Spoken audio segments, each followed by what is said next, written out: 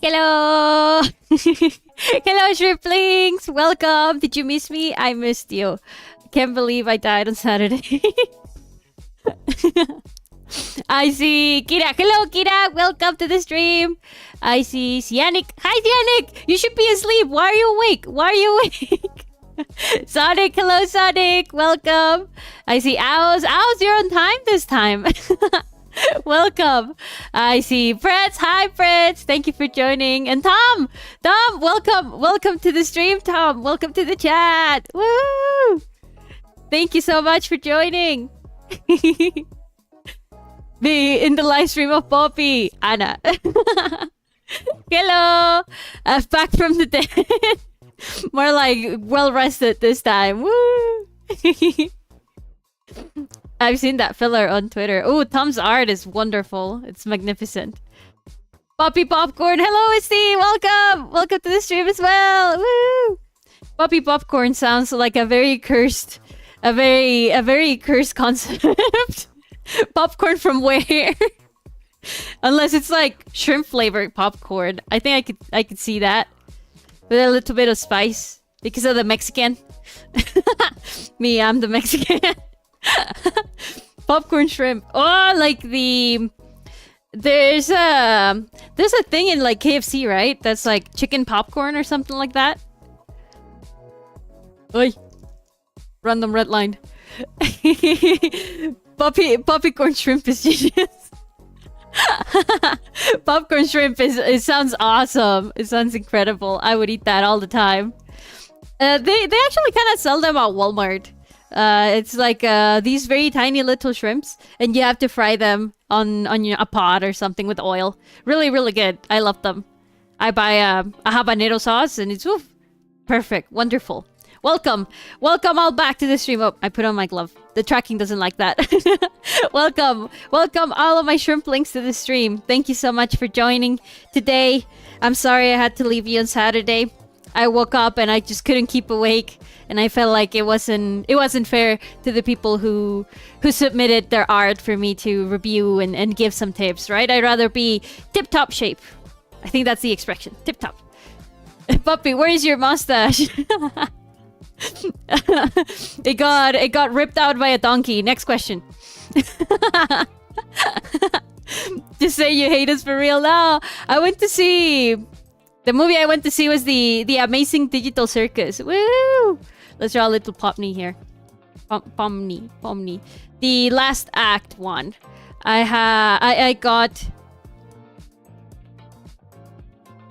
I don't know how her eyes are, but I do know she's always sad. And she has like a... I don't think I've ever drawn Pomni before. She has like... And one of these is like this, one of this is like this. There. The amazing digital girl. Poppy, can I have a cookie? Yes, but it has to have shrimp inside. I hope you're not allergic to shellfish.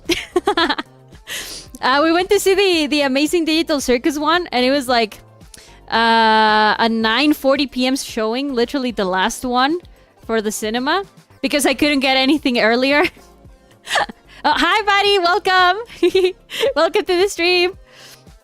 And I saw that it was like an hour and something long, and I thought like, oh, oi, 90, but 90 the other way. And I was like, oh, I'll be fine. I'll wake up for Saturday for sure. But then we didn't count on the fact that, you know, like the theater had like 30 minutes of ads. They're really milking the goddamn, how is it? The digital circus fever here in Mexico. So they put 30 minutes of ads in the beginning. And it just kind of went on for much longer than I thought, because we also had to like walk back to the car and then drive. We had to drive one of my friends that came with us to the movie. And by the time I got home, it was already like 2 a.m. It was like, I think I make it. And then, you know, I fell asleep and I wake up at like 8 a.m., 8:30 a.m. and I was like, There is absolutely no way I can do this. There is absolutely no way, physically impossible for me to stay awake until like my head hurt.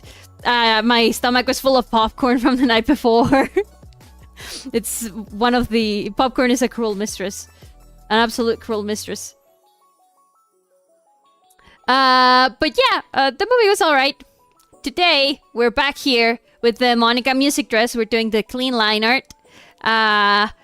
We are just missing the dress, the actual dress. We did the pajamas last time.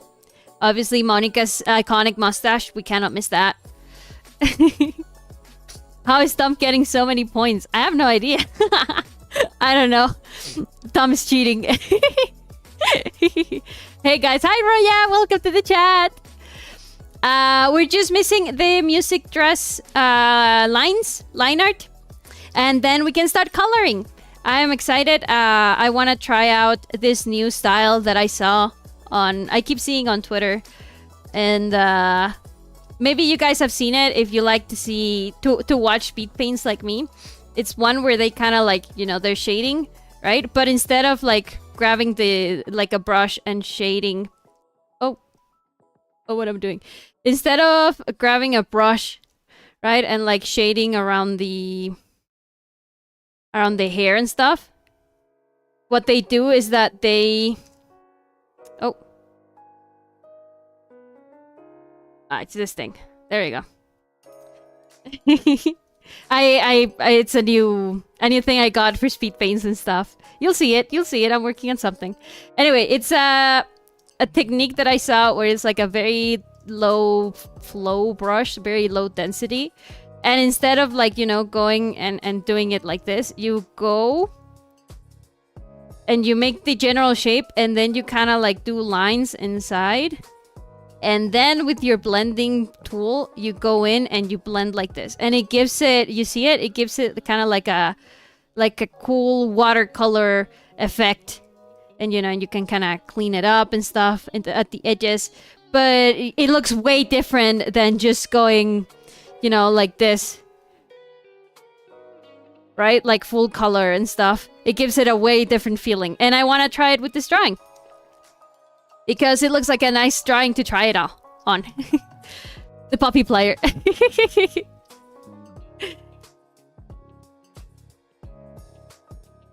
I am very excited. I'm playing... If I suddenly disappear, I have to give a full disclaimer. I'm playing hooky from work. Boss, my boss, if you're out there, jefazo, si está viendo esto, no me corra, por favor, don't fire me. I was just let known that a work meeting that we have in like 15 minutes is like mandatory, but I already said, oh, sorry, I'm not gonna be able to. So hopefully they don't fire me over it.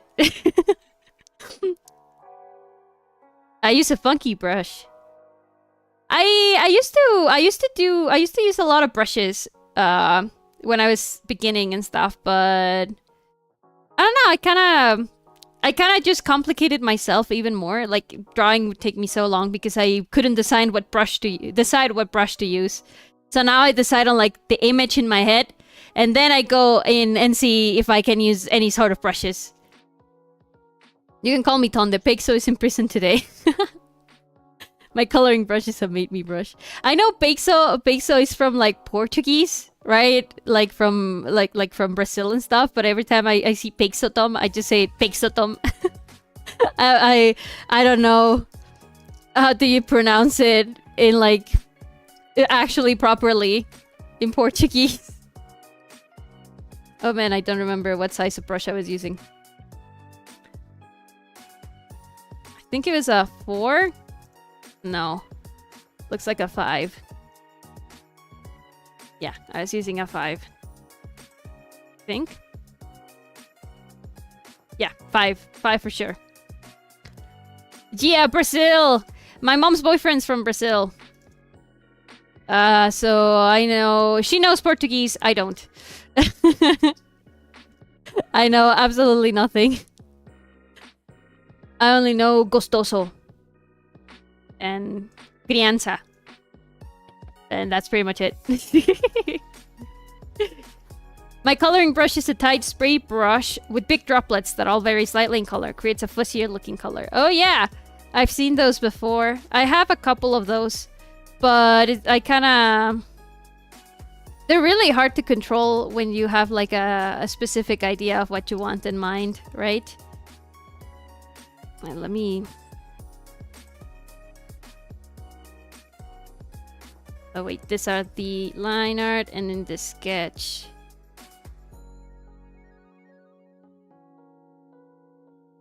I'm gonna hide the body because it's throwing me off a little bit.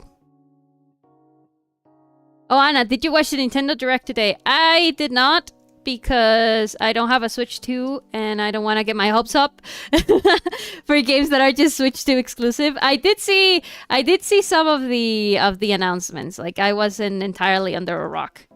I am very excited over Deltarune, obviously. I am not excited at all for the Zelda Ocarina of Time remake. I've already played it like 5 times. I don't think we needed another one. If anything, I really thought they were gonna do Twilight Princess. Like that poor game is due a remaster. Twilight Princess, or I don't know, like something new, right? Maybe it's too much pressure on Nintendo. Who am I? Who am I to tell them, hey Nintendo, you should be doing other things? But yeah, other than that, I am not really into Fire Emblem. I saw Rhythm Haven. Rhythm Haven seems fun. Kingdom Hearts 4. Oh yeah, I saw Kingdom Hearts 4. I actually saw the trailer and I was like, why does Kingdom Hearts look like Final Fantasy now? What happened? What the style direction changed for some reason. It's kind of odd. Isn't it? A little bit. It just, I guess I just wasn't expecting it. These ones? Got ears. Those. Okay. I wasn't expecting that style change like that. It seemed very sudden. It does look really cool.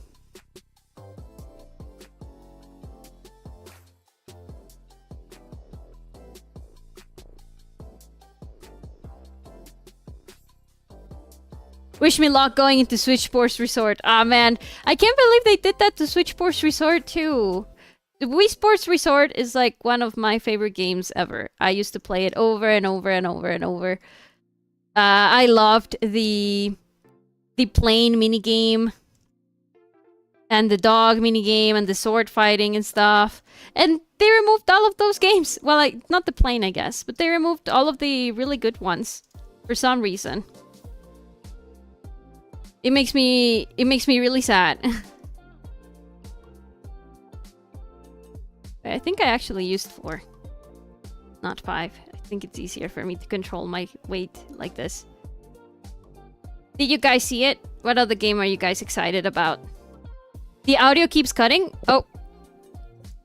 I think it's because I put my microphone a little bit further away. Ripperoni, frisbee, and cycling. I know! And they added this really weird... I mean, I don't know. It kind of weirded me out a lot. The thumb wrestling thing? What I personally do not like about Switch Sports is due to me's feeling like an afterthought. Oh yeah, that too. And they have hands now and stuff. It's like, ew. Wakala. Very gross. I understand maybe why they're walking away from the Miis, but I don't like it. I really don't like it. But hey, it's the future, right? What can we do about it? Nothing. I mean, not with what Nintendo wants anyway. It's their company and stuff, so they're gonna choose. I am really the only thing that I'm waiting for, and it's like, I wonder if it's actually gonna happen, and if it's not like some kind of fever dream that we all have, is that they actually give us some sort of replayability on Nintendo DS titles that are discontinued. You know, they've added like Game Boy Advance games and you know, the other older console games and stuff. Like, what's up with the DS games? What's up with that? Or are they really just not doing them because that would mean porting the old Pokemon games, like, and they want to, you know, sell the remakes eventually. I don't know. All right, there was also no Pokemon remake announced. Terrible direct. Nah. Not terrible. Give us Pokemon Heart Gold again. Oh, I want to play Heart Gold so bad. I didn't get it. By the time I learned about Pokemon, Heart Gold was the past generation. And they're already selling the game like super expensive. So I couldn't... I couldn't play it like on a... I couldn't buy it on like a reasonable price. Even now, trying to get a cartridge of the game is like super pricey. And I do have my little brother Ryan Gosling did manage to jailbreak my DS, right? So I could in theory play it digitally. I just haven't gotten the time for it. I haven't dedicated time for it. I want to play Platinum as well. I want to play it Platinum first, I think, and then Heart Gold and Soul Silver. It's just, Pokemon Black was my Pokemon game. I entered a little bit late to the Pokemon craze. I was like... When that game came out, I must have been like... I think 13 or 12? I can't remember. And it changed my world. It absolutely rocked my world. I never got into the cards or anything, but my god, the game had me in such a grip. And what a wonderful game to like get hooked up on Pokemon, right? I remember when it released, people didn't like it, and nowadays people look back and it's like one of the best Pokemon games of all time, if not the best, because of the storytelling that it has and all of the emotional story beats and stuff. The whole thing with N and his backstory and stuff is just insane. You know, never seen before, I think, in a Pokemon game. So it made me really happy that was my first Pokemon game. And I know that any other Pokemon game after that, you know, if I play it and stuff, is not gonna be Pokemon Black for me. I will forever be chasing that high. Pokemon Violet came really close. You know, lots of people meme on that game because, yeah, it was optimized really poorly. But it has a really pretty story. One day I pray for DS Switch Online too. Anything to revisit Pokemon Mystery Dungeon, Explorer of the Sky. Even though I already have it on my Wii U. Oh, I love the Pokepark games too. I had the original Pokepark game, like the very first one that released, and I loved it. I played it to death.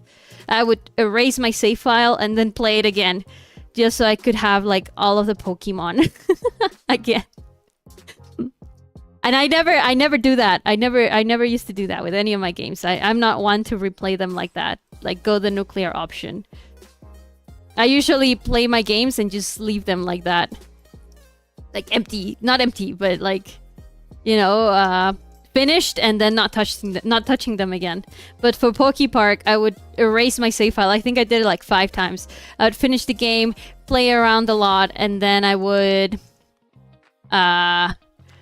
delete it and immediately start again. It's such a pretty game. I was afraid of Meowth. Meowth was pretty cute. I was afraid of... which one was it? There was one that was really hard to get because it was... I think it was like Leafeon. You had to play like a speed minigame, and Leafeon is really fast. And then also Hirachi or Jirachi. I don't know how you pronounce it in English. I would say Hirachi in Spanish. You also had to chase him, and he's super small, and he was really hard to like see. Those would scare me, alright. I would get to that part and I'd be like, okay, hope I don't rage quit. I used to be a rage quitter. Poppy, fun fact about why I'm not a hardcore gamer anymore. I had to choose my health. my heart health over games. Leafeon, yeah, I think it was Leafeon from the original Poke Park. Leafeon or Glaceon, one of those two. Because those two get like put together a lot. Leafeon and Glaceon. Explorers of the Sky was one of the few instances of games hitting my emotions hard. Just like Black and White. Great story. I remember when you played that game, Pretz. It was a very pretty game. The Pokemon Mystery Dungeon games, I think, don't get enough credit to how cool they are. They're really something special.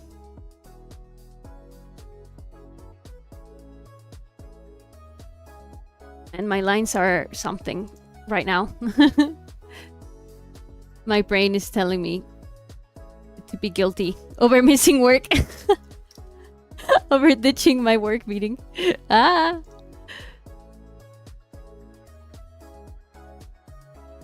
Ooh.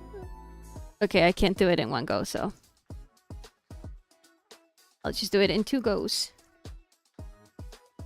Ooh. There you go.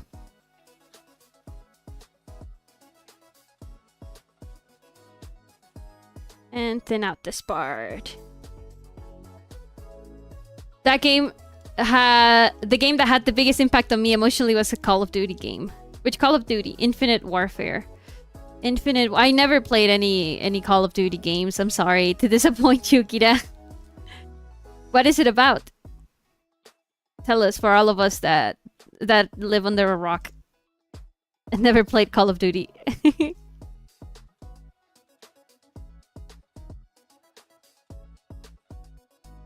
Dun, dun, dun. I actually think the glove here should go like first in front. Like this. And then this sleeve needs to be a little bit bigger. Be the same size as the other one.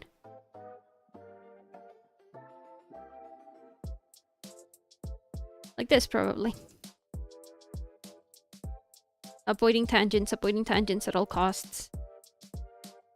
I adore Infinite Warfare, and anytime they give a reference to Infinite Warfare, I got crazy. It was during the copy Titanfell Jetpack Space Boots off-ground era of games that was widely hated.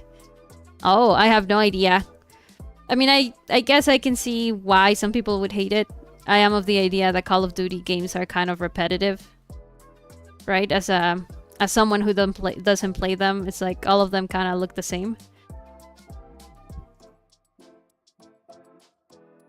I'm sorry, I'm a Nintendo kid. I am used to Miyamoto changing the game every release. I don't mean to be mean over it. It's really hard to innovate on a genre where your own gamers don't expect you to reinvent the wheel, right? They just want better storytelling. It sounds quite hard to please everyone. Me too, I really like Nintendo. But what is Infinite Warfare about? Why do you like it so much? What is the emotional payoff that you like about it?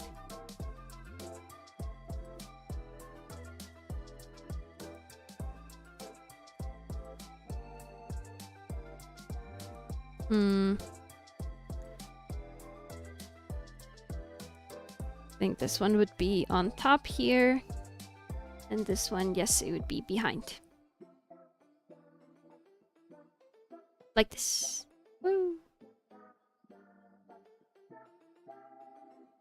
The plot of Infinite Warfare is this whole space story where on a day of peace on Earth, a massive terrorist attack destroying cities gets launched. Oh shit!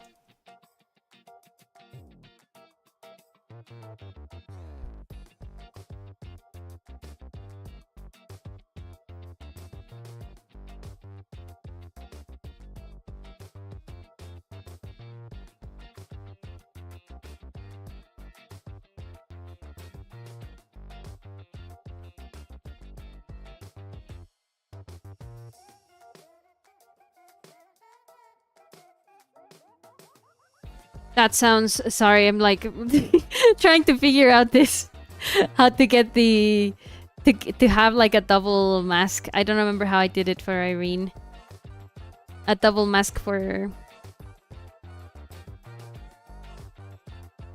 Oh wow, this part of the arm got like really far away. Gotta erase all of this.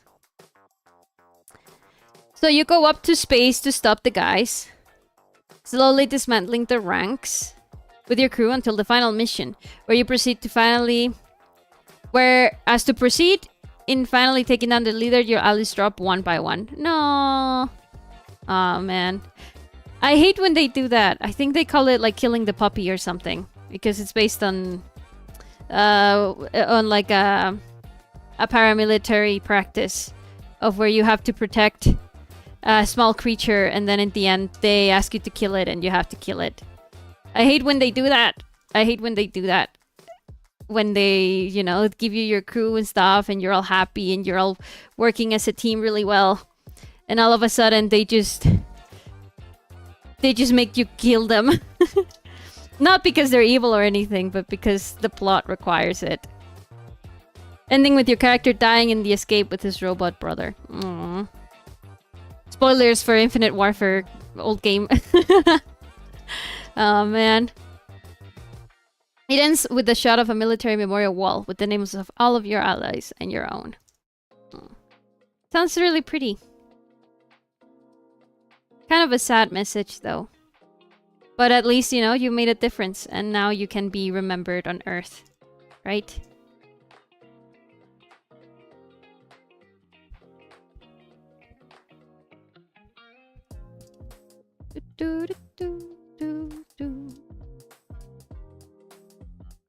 Oh yeah, Pert, since you mentioned Scarlet and Violet earlier, I'd recommend revisiting if you one day find yourself picking up the Switch too. Runs much better.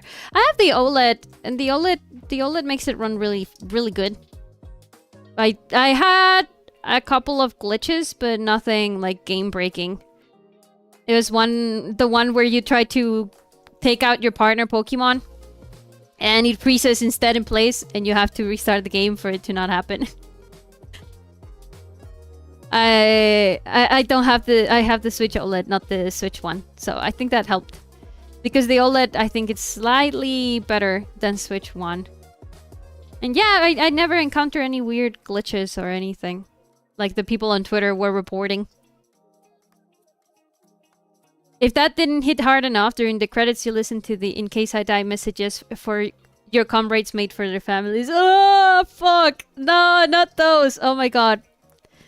There's a similar scene in Project Hail Mary, the movie with Ryan Gosling. And oh my god, those always get me. Ah, man. I hate stories like that. Well, not that I hate them, but you know, I hate it when they do that. It kind of makes you wonder, right? Like, is it the good ending? This is supposed to be a happy ending? What's the point, right? It's just, it's too harsh. Too harsh. The reality of war. Isn't it? It's too much. It's too much, man.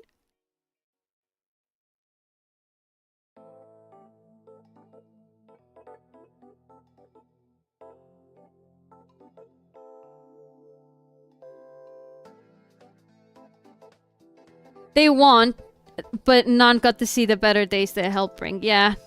That's, I think that's probably the message, right? With war and stuff. Hey, chat. Oh, hi, Gabe. Welcome.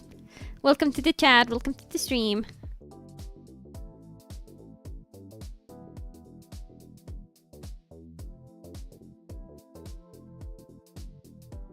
It's just, I guess it's just how it goes, right? War most of the time is kind of senseless. But there are times where it's necessary, especially if the cities are being destroyed and you have to stop the motherfucker that's doing it, right? Like in Infinite Warfare. I'm at school right now and I'll be here just for a few minutes, sadly. It's okay, don't worry. You have to pay attention in school, man. You have to stay in school and study a lot.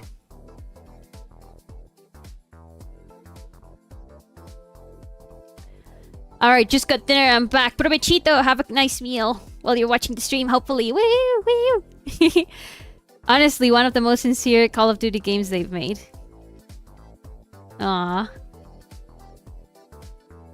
I kind of want to give first-person shooters and shooters in general a try. I'm just really bad at aiming. And, you know, being a Mexican kid with the cousins and stuff, because I was bad, they never really let me play enough to get good at it. So, I don't know, it's not sourness, it's just like, yeah, I kind of don't care much over showing people who's boss and things like that. I really like the story modes, though. The story modes are, like, the best part. Oh, I gotta go, guys. Bye. Bye, Tom. Thank you so much for joining for a little bit. Also, hi, MT. Welcome. Welcome to the stream.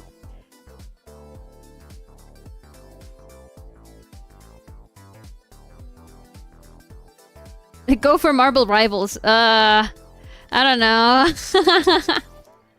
That game is really competitive. I am too scared. I am too scared to, like, you know, be bad and people flaming me and stuff. Because it happens. It does happen. I've seen the videos.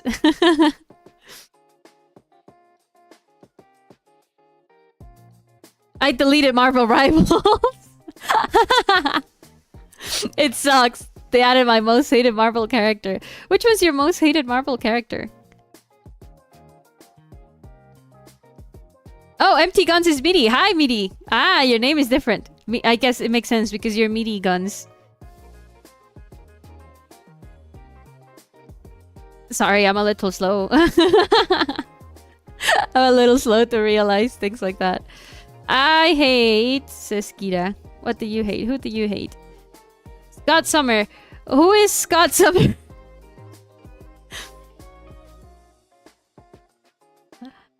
I'm sorry, my little shrimplings. You're gonna have to school me on a lot of these things.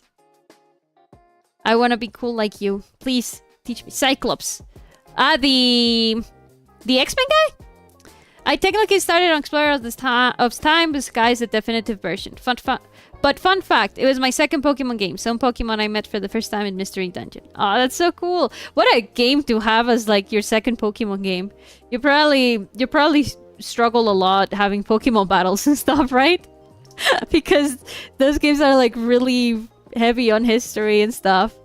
Then on the normal Pokemon games, it's like, you know, like, have them fight. My original username, but it's been nice hearing someone say it again. It's been a while. MT Guns. I'm glad. I'm happy you didn't find it funny. I hate him with a passion. Why do you hate Cyclops so much, Kira? Is it like from a comic that you read, or is it like in a movie? The laser beam guy from X-Men is Cyclops. I hate him. Yeah. I think I know him.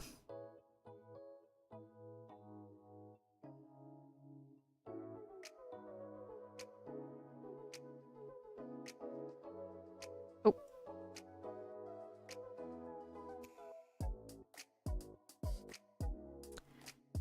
Fixing the cloth here.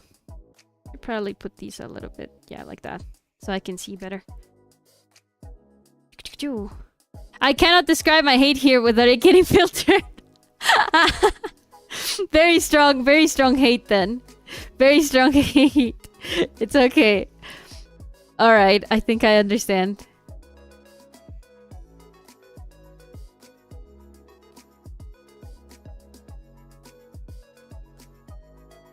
At least you didn't jump to say mountain guns. English is not my main language, my first language, so most of the time when it comes to things like that, like the abbreviations and things like that, I just won't get them immediately unless somebody points them out. So you don't have to worry about that, Meaty. Oh man, this shoe.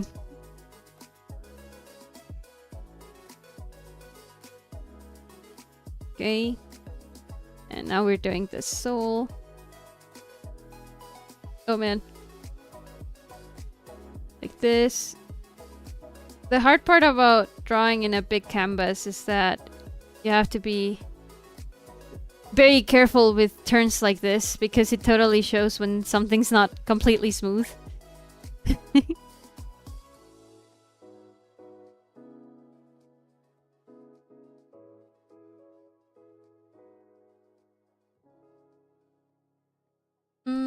I think it'd be something like this.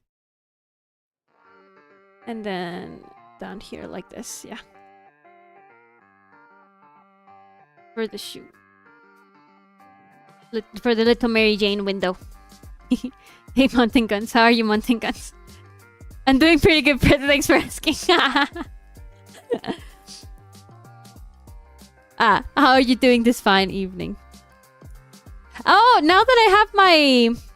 Now that I have my VTuber 3D model, I should try and join the world that you made on VR chat, Meaty, for DDLC. I've seen people on it and stuff because, you know, sometimes they upload pictures on how it looks from the inside. It looks amazing. I can't believe a human did that. It's insane. That'd be awesome. Yeah, I'd love to have maybe a day where we all can like connect and talk through there. I used to be really jealous of people who could do like VR chat because for the longest time my only computer was a 2013 MacBook Air, and until last year I was able to upgrade to, you know, a gamer PC and stuff. That's allowing me to do the streams and draw bigger drawings and stuff. So I really want to get on to try all of the things that I couldn't try and that I was always jealous about.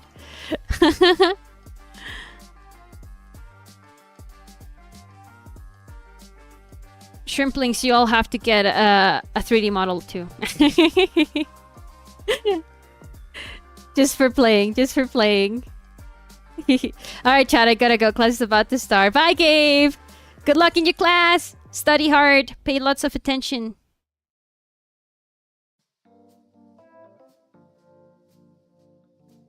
Do do do do do do do. Ba da ba ba da ba.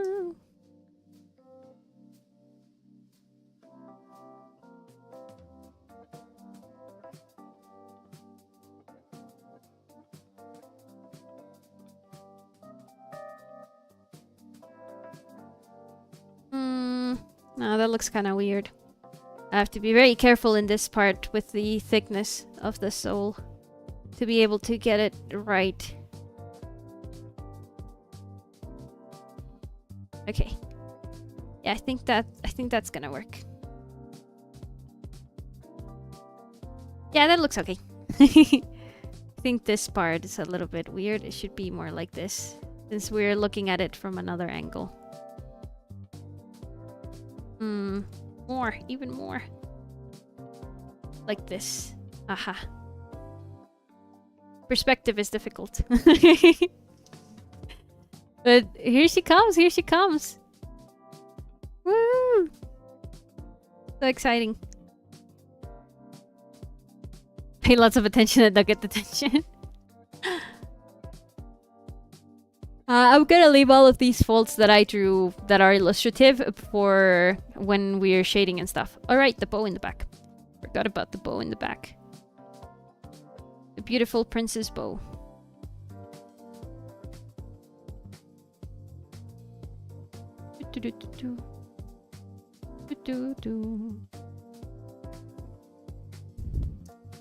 Anna, she's so pretty. You're doing a great job. Thank you! I'm so happy you're liking it.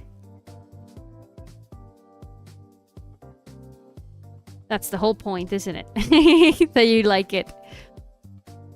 She's almost there. Now I have to do the back. And Sonic also asked me to add a little... how is it? A little Akio plushie. Yes, I remembered. Back music dress. First, let's do the back first. The satchel. So we're also gonna add the cute little Akio plushie.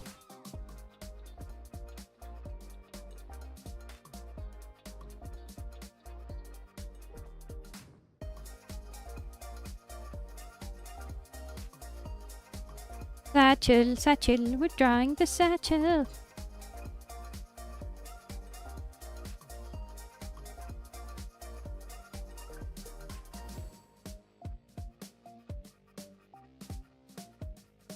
A little bit because it goes over the flap there, and the clasp has to be a little bit more like this, I think. This, and then we do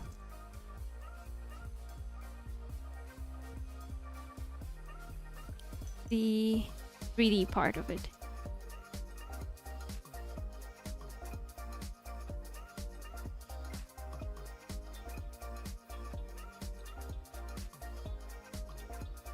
There you go. Dun, dun, dun, dun, dun, dun, dun. I'm a little late to the response, but thank you for complimenting on Rekindled. I'm quite proud of it so far and absolutely kind of waiting until its next update.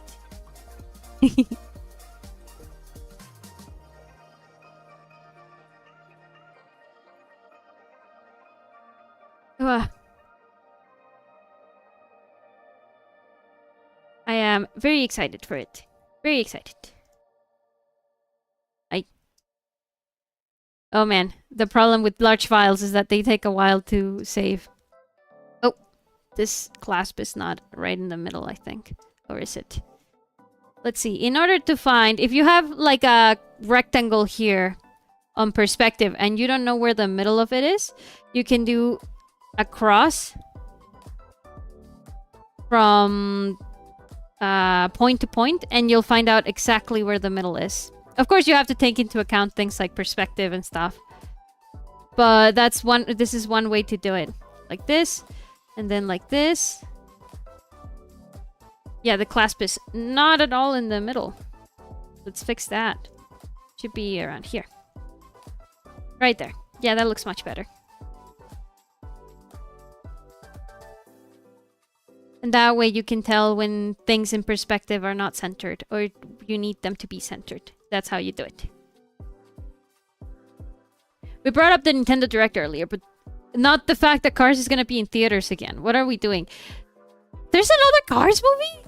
There's going to be another Cars movie? What? Why? Who wanted this? Didn't Lightning McQueen already like retire and he's training like this young girl and everything? Like, why is he coming back again? Oof, watching you do liner reminds me of the animation that I'm doing. Over 120 frames. Insane. Absolutely insane. Couldn't be me. Good luck with that, Sonic. Absolutely crazy. The cool thing about this part of the back, the little... what is it? Like... Ay! La correa! Where you hang it to the body. That it doesn't matter if it's not too perfect because it's supposed to be cloth. So it's alright. I think this is what I tell myself to be able to sleep at night.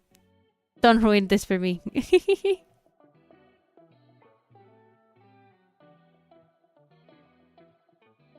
So it's like this, and then like this. And like this. Okay.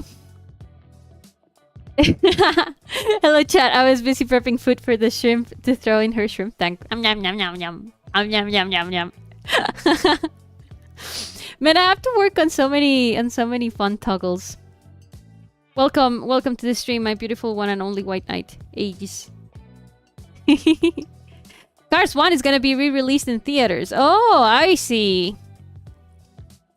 Well, I guess that's okay. Cars 1 is a very pretty movie. I like the message of it. It's going to be so worth it when it's done, though. You know, I think we definitely need the Cars storyline in today's day and age for sure. I'm happy that they're actually re-releasing it. A little bit sad though, because I think lots of people are also excited to have another like new Pixar, another new Pixar story, right? But I guess they've had a bunch of flops recently, so it's hard.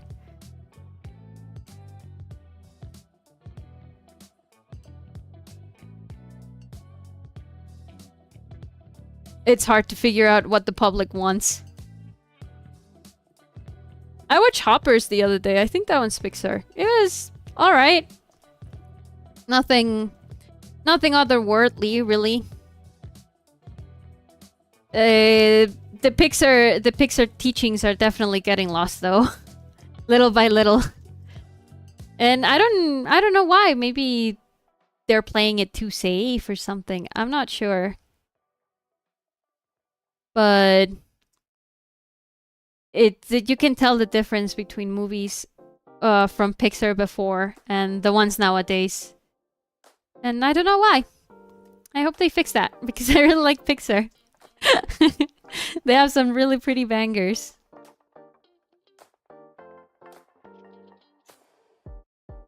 You cannot eat the food prets. I'm sorry. The shrimp needs sustenance. Sustenance for the shrimp. Sustenance. I need sustenance. I just want to scream ka-chow in theaters because it's my destiny. I don't say it all the time, I promise. Vouch for me. Pics before going back to work. Have fun. Hi, Blue Capo. Thank you. Hello, everyone, and Anna, the big shrimp queen. Sorry for being late. Don't worry, Abraham. Welcome. Welcome to the stream. I'm so happy that you were able to make it. I get really happy when I see all of the shrimp links in the chat. I'm happy. Thank you so much for making a little bit of time of your day to be here and become shrimp with me for a little bit.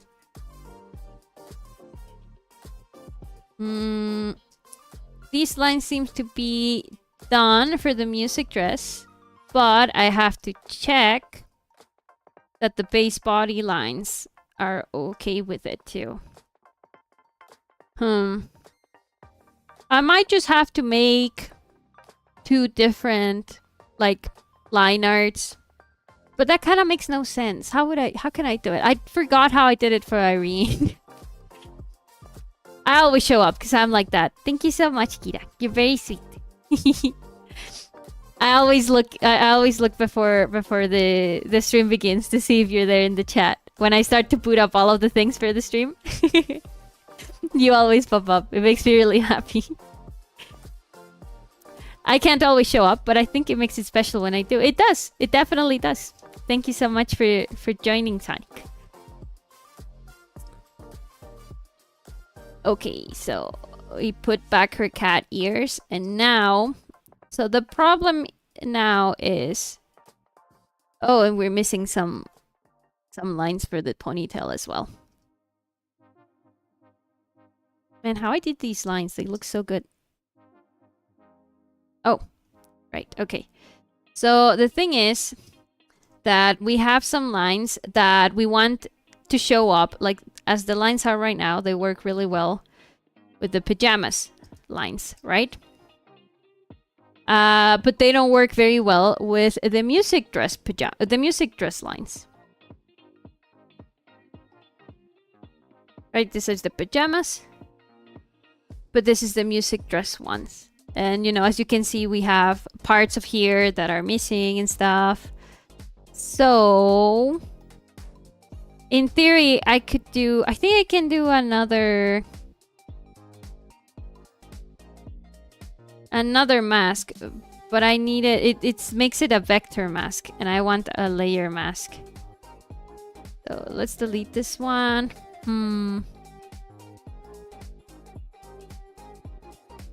I'm thinking.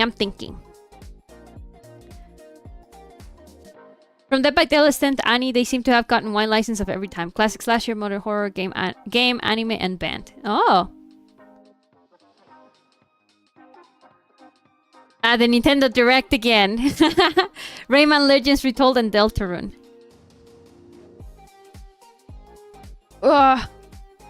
We talked about the Nintendo Direct a little bit earlier. I'm also really excited about Deltarune, and obviously, and I'm very excited about Rhythm Haven as well. Not excited at all for Ocarina of Time. Maybe that makes me a bad Zelda fan. Oh, I got an idea. So, let's put this in a group. Base body lines, PGs, and I'm gonna name this one Base body lines dress. And that way we can have 2 different masks, and it's gonna mask onto the mask. So it's gonna be great. I think it's gonna work exactly how we need it to. Let's see, let's see. How about it's not gonna show things that we need to show. It's just gonna hide them if we need them to. We need to hide. We'll see, we'll see. Maybe I'll just grab all of these. What? What? Select inverse. Yeah, okay.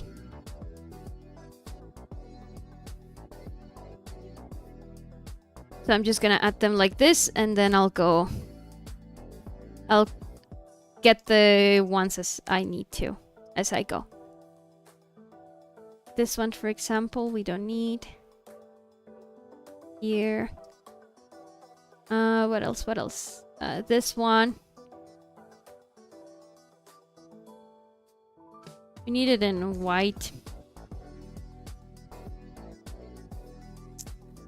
These ones have to be in black too.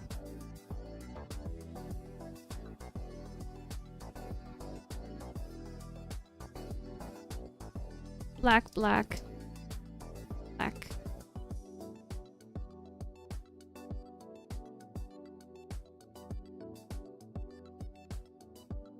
Disable again. Oh, okay, we got it, we got it. The lines back here. All of this part of the ponytail. And in here too. And in here as well.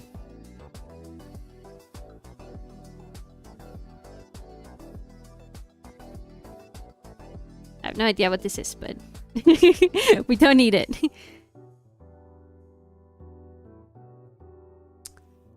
Okay, what other part do I need to hide again? None. Okay. Yeah, I think we're fine now. Now, if I put this on 100. Yeah, there we go. There's the music dress lines. Woo! Music dress! Woo!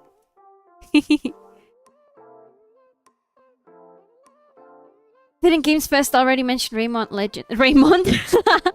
Raymond. Mr. Raymond Legends. Sounds like an old man. Before Switch Sports Resort, I didn't think thumb wrestling was considered an actual sport. Me neither, but you know, everything is there's like so many things considered sports nowadays. Like those guys that slap the shit out of each other. Those are kind of funny. Just a little bit.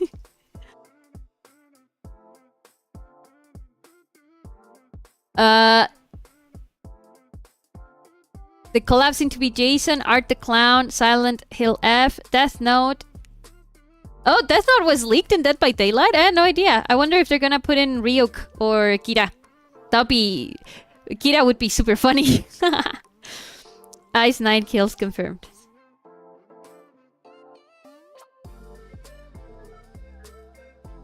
Oh, I think this part of the foot, we do need it to show.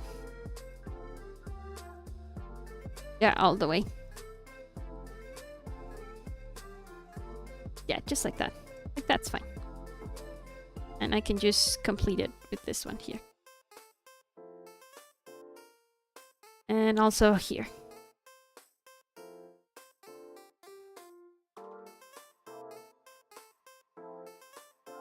Alright, alright. Oh, the hair here.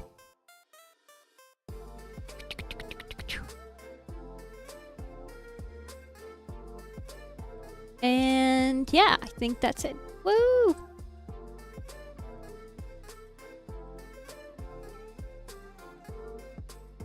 So that's the line art. We did the line art. Woo! The line art's done. We can get on to the fun part. The coloring. Wah! Ah! I'm stretching my back. Ah! My shrimp back. Death Note will more likely just be a survivor in cosmetics. Ah, that's so sad. They're definitely gonna do L if it's a survivor then. Little sad, little sad. But art will more likely be around later this year, and Jason is the anniversary killer. Ice 9 Kills had a poster promo today with the background being a Dead by Daylight. Ice 9 Kills. Ice 9 Kills. I don't know that band. Does that make me less goth? Less punk? Alright. So we got the liner done. Let's put in some flat colors. Ah, but before I forget, right. We're doing a little Chonik, a little Akio plushie. And I think I'm gonna put him right here.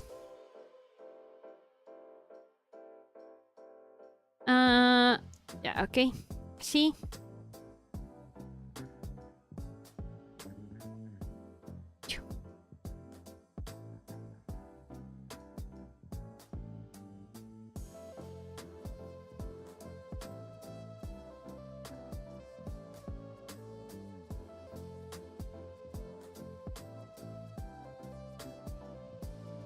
This does not look like a circle.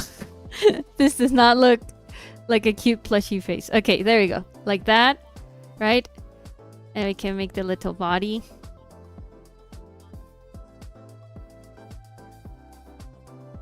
He's on his side here.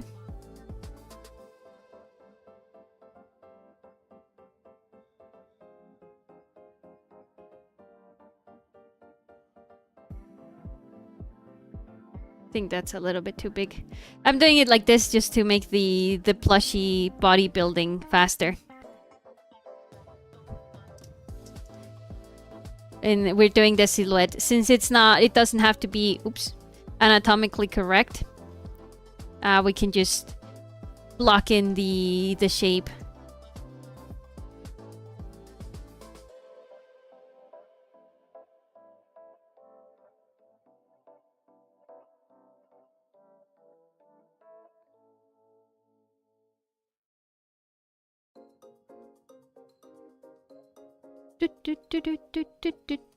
Ice 9 Kills is a metal band. Oh, I'll have to listen to them. I don't think I've ever heard of them. I've heard of 9 Inch Nails, but not 9 Ice Kills. Oh.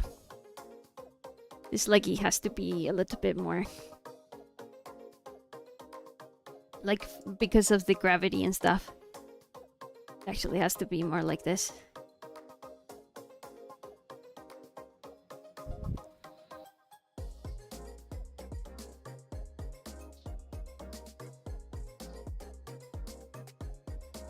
I think the legs are kind of too long for a cute chibi look, so I'm gonna actually just make them little stumps.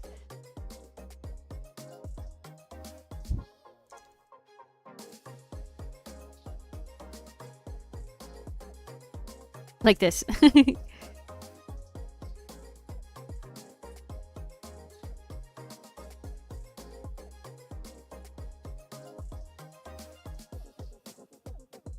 And this one is like on top of it. Like this. Little Akio plushie.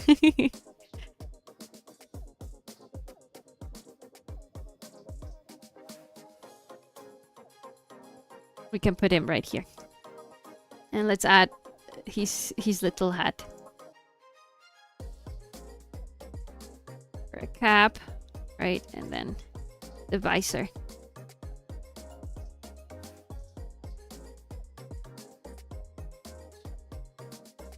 Something like this, I think.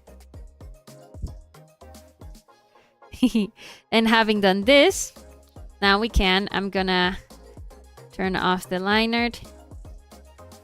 Dress, PGs. We're gonna turn the liner here up. Liner. And we can do our little tonic. Our little Akio. With a brush size of 5. Let's put a little bit of smoothing here.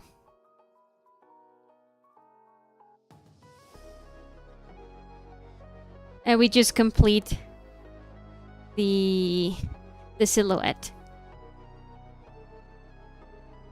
I think the hat has to be a little bit less.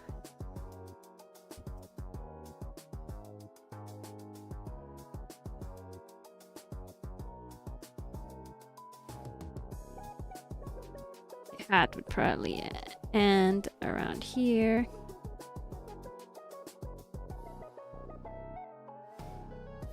Like this.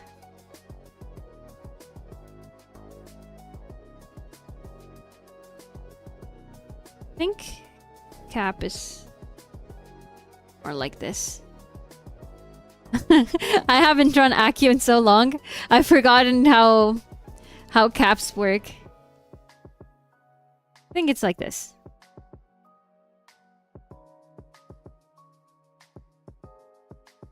I'm gonna have to look for a reference.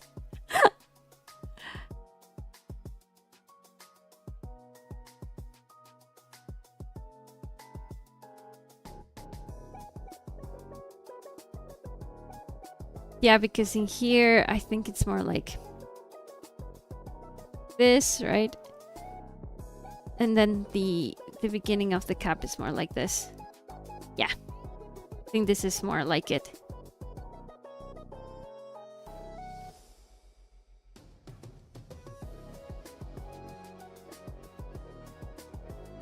There you go. I remembered. No need to panic. No need to panic. Among Us. Sorry. Poppy, how are you doing? Hello, just Monika. Because of the names, because of the name and the numbers, I'm gonna assume you are Marina, but I'm not sure. So I was gonna say, just Monika. Identify yourself.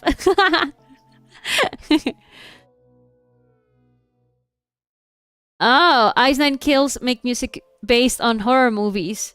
And they've had some controversies due to AI usage in promo images. Lol. I think there's a lot of bands like that. Because I think a lot of metal bands don't really... Well, are not really aware of the beef that artists have with AI and stuff. I also have a band that I really like. Clan of Cymox. It's a classic band from... post-punk and like goth rock band from the 80s. And recently they started doing, well, they tried to start doing like a comic based on themselves, but it was all AI and people were like, yeah, you shouldn't be doing this. And they didn't get why. They didn't understand why it was bad. Hey, yes, it's Marina. Woo! I guess right. Hello, Marina. Welcome. Welcome to the stream. Thank you so much for stopping by. I did start off as a Monika account after all. I remember the story. Right now we're doing a little Accio plush.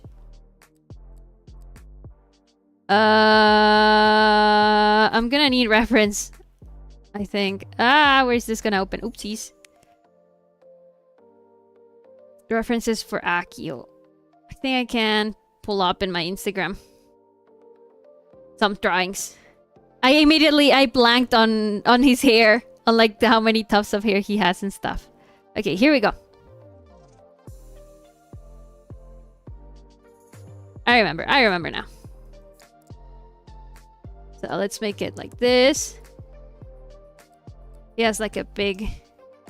Since it's a plushie, it's okay if it's a little bit round and not very defined, I think. Like this.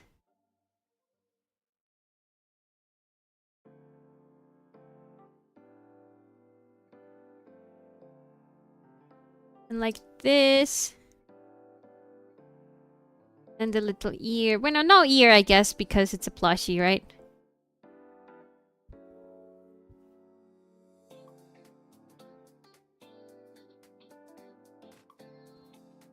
It looks so cute.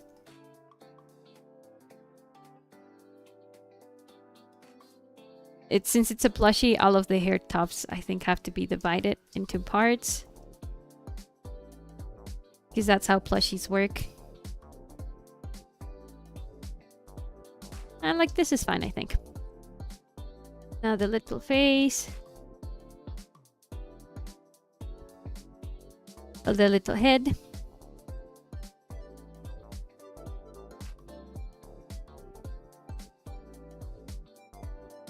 where his little hands will be.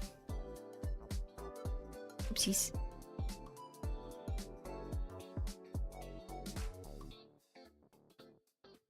This is his gloves.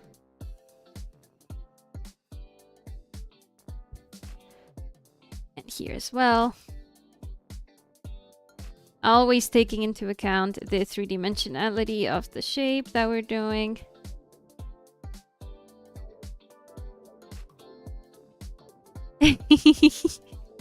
Oh no! Wait, no, I did not like it much. Let's do it again. The other side. There you go. It looks so cute.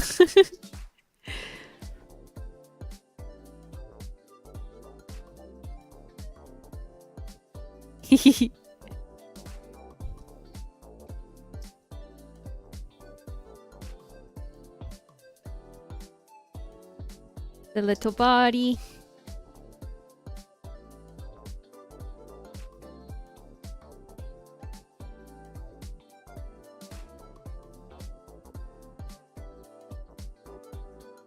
Where the hoodie ends here.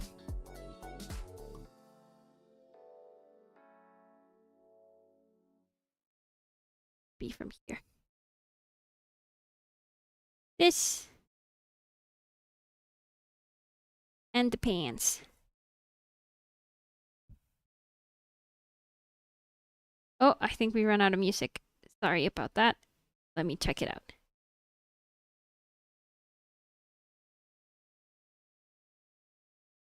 Music, music, music. Let's do some indie pop. I like the indie pop one last time.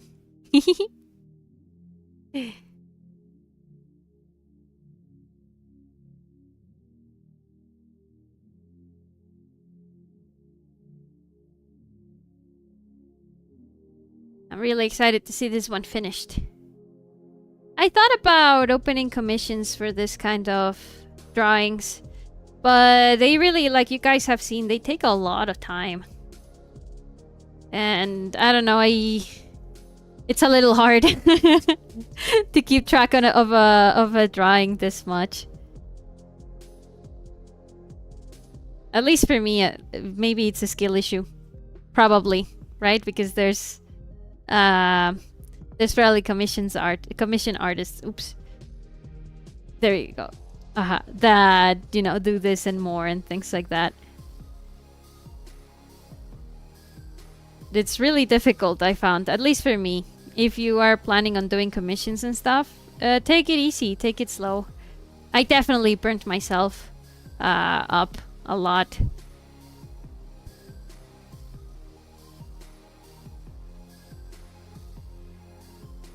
I took way more than I could chew at some point. This one that we're doing is used as a thank you drawing for Sonic. Because he got me my Natsuki wig. I had bought it and then he sent me money because he wanted to help pay for it. And I felt embarrassed because it wasn't a lot of money, so I'm doing this Monika music dress Dakimakura.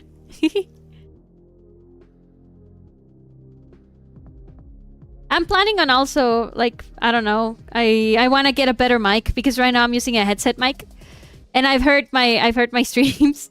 It's a little bit hard, you know, when I breathe and stuff like that. So I wanna be able to get something better.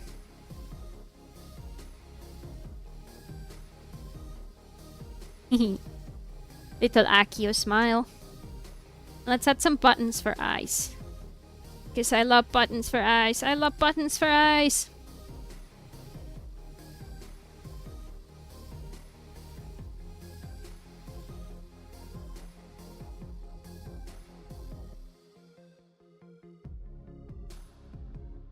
Let's use... Oh no. Them a little bit better over here. Just like one of my Lalaloopsy dolls that I collect.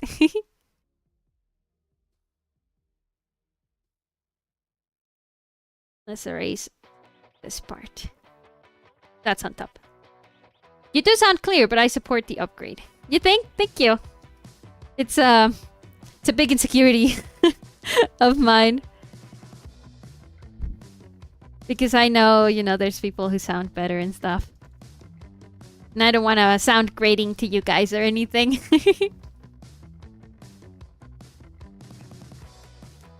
Button eyes. Now for the button eyes, we need the little hole, the little buttonholes. Oh no, we don't need the holes. We just need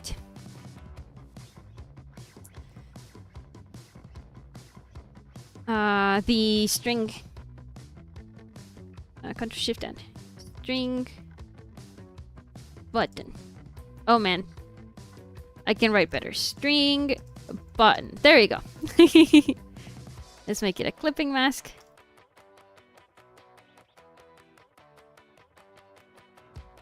This, like this.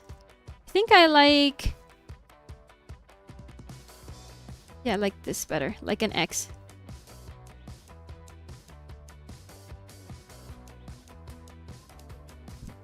Has to be a little thicker.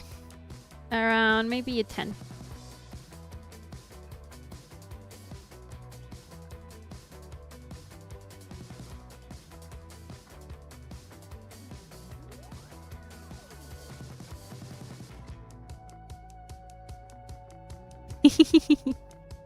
A little scary.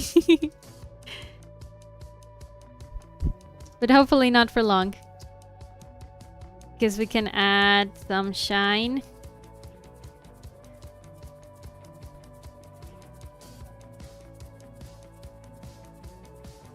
Like this to separate the button layout. Yeah, so yeah, Sonic, you look like a little loopsie. Because I love little loopsies. They're my favorite type of doll. I turned you into one. Ha ha ha ha. Look at how pretty. Look how cute. This is adorable. Ah, but your button eyes need to be blue. Hey, I'm okay with this. The string has to be also like a light blue, like this. And then the shine has to be light blue as well. Like this.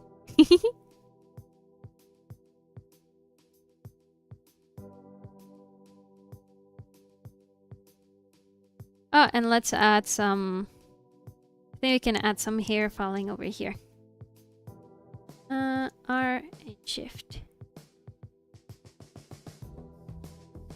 Bit more smoothing.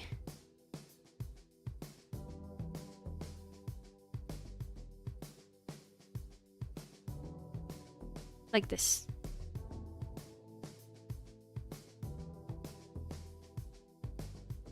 Little Akio plush!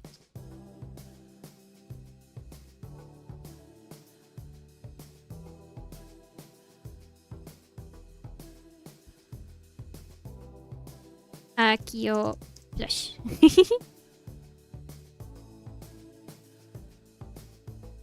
There you go. And now all we need to do is put on some masks so that we can see the Akio plush underneath. Well, on top. And we don't see anything from underneath.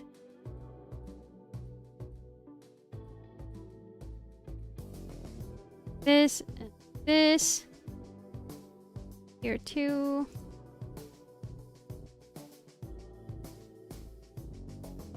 Aha, so this is it for the music dress. Now for the pajamas, you need to disable this one and enable this one. This one, I'm gonna hide this part of the hair as well. And all of this part of the Akio plushie. Well, all of these parts that go on top of the Akio plushie. Like this. Yay! Monika is here. Oh, hello, Avantgarde. Welcome. Oh, and hi, Tom. Welcome back. Yeah, Monika is right here. She has, you know, her iconic pink mustache, of course. We're doing the music dress Monika, which was created by Sonic Speed 1 right now in the chat. Let me put it on the screen. This one. In her pajamas version as well. Monika's iconic Marky stash. Yeah. I don't know. I can't believe you guys don't remember it. It's something that's very important that kind of overlooked, kind of crazy.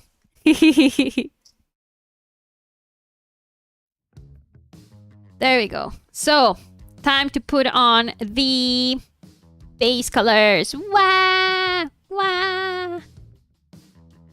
Now, how did I do it last time?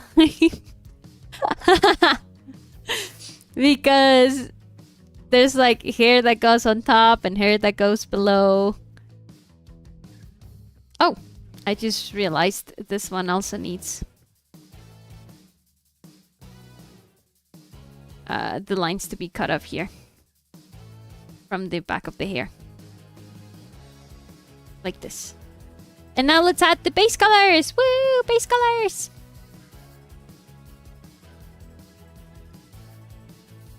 The line art. There you go.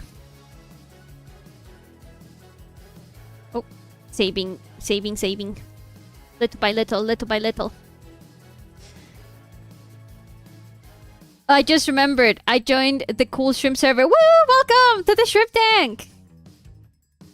We're pretty chill. I hope you enjoy your stay.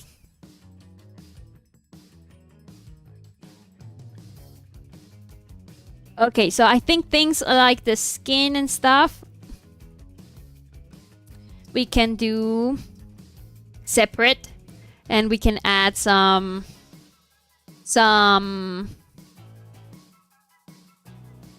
clipping masks as well, so that we can turn them on and off and we don't have to render them twice.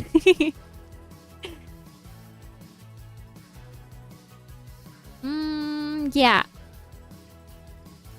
Oh no, yeah. That's colors work better, a little better, because you put the clothes on top and that's it. So let's start with the things at the very top, which is the hair. So let's start with that. Monika's hair is kind of like a coral, like around here, like reddish almost, I think. This part and this part and this part and this part, and her eyebrows as well. We're gonna clean it up in a little bit. Right now I'm just doing the wand tool so that it's a little faster. This part here, here and here, and this part too at the very back.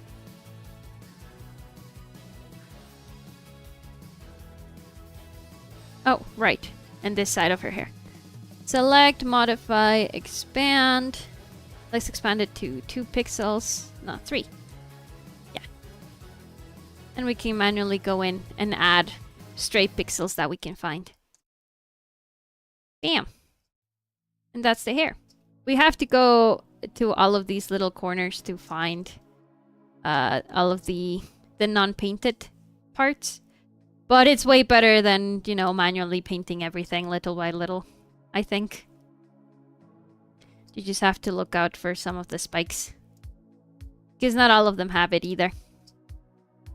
This spike has it, and this one, and this one. And we just use the select tool for that. Lasso tool.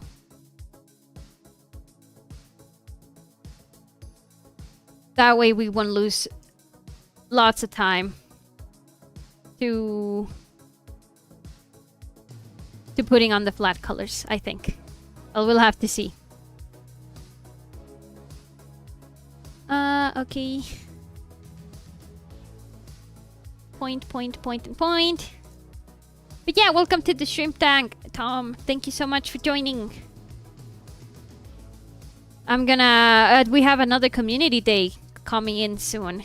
What do you guys feel like doing? What do you shrimplings feel like doing? Last time we played some Gartic Phone. This time I was thinking we could play some Jackbox. Is anyone cool with Jackbox? We can play. I think, a couple of them. I don't remember which ones, but I'm also open to getting one that you guys recommend.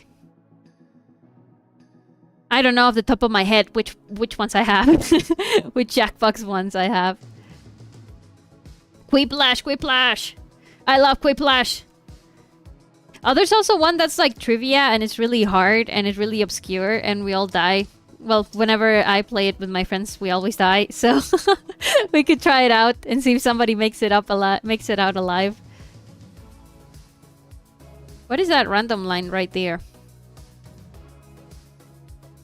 I wonder.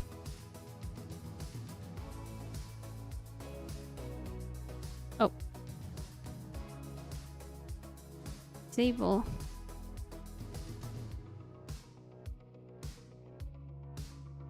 Disable. Oh, it's part of a hair. Ah, but too bad it looks kind of like... Maple. This. It looks kind of bad, so I think I'm just gonna erase it altogether. Doesn't look like hair there. What?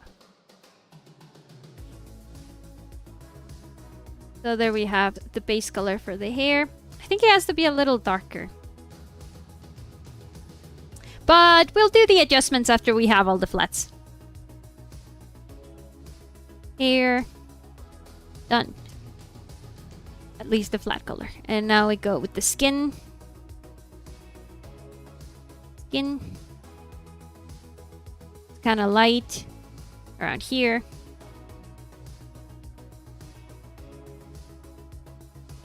Hand.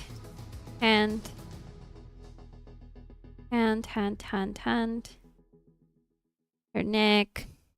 Her face. Let's hide the mustache for now.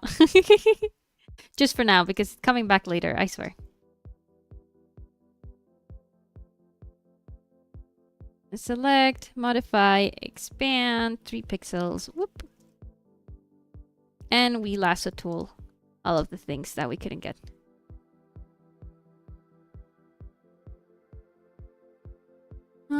I think this one did a really good job. I don't think there's a lot of adjustments that we need to do. Or holes. Now this one, what's up with that line there? It's part of the pajamas, not it's part of the base body, yeah.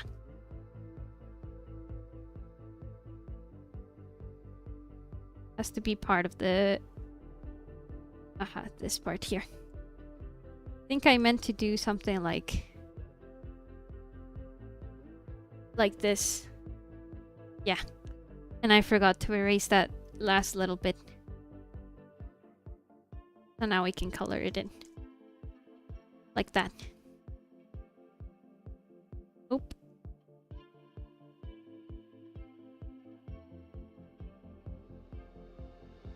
Disable this one.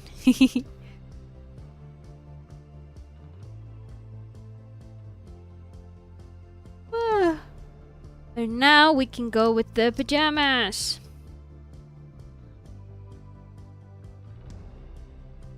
Pajamas green. Oh, right, and the bow. I can't forget the bow. The white bow. I'm not gonna make it pure white, I think. I'm gonna make it like this off-white. Pure white should only be reserved to things like the eyes and the teeth. Some people tell you to not use pure white, but I don't listen to them. Because I like how pure white looks sometimes. Especially when you're doing like a pillow like this. But it's nice to separate the pillow from the character. After the Monika art I made, I've started to work on the rabbits art. Because rabbits are too cute and funny to me. Oh, nice! The rabbits are super cute. I agree. 100%. I played with my brother not long ago. We also played this drawing one. But we were at a disadvantage because phone and finger.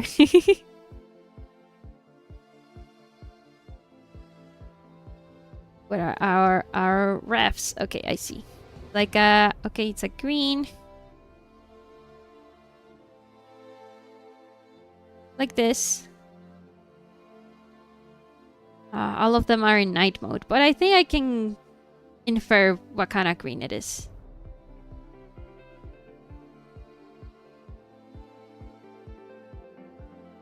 Gonna make it a cool green, like her eyes. Like this. And the ribbon is also green, if I remember correctly. This part too, and all of this, and the slippers as well. Pitch black, my beloved. I love pitch black. Pitch black is a little complicated. You need to have a really good excuse to use it, like in your line art and stuff. Because it's just really strong, and you can build off of black. Off of white, you can build up, right? Like white should be like your brightest color. But black, once you have that as your darkest color, it's really difficult to kind of like create more contrast from that. Gotta do something quick, I'll be back soon. Okay, Sonic, good luck!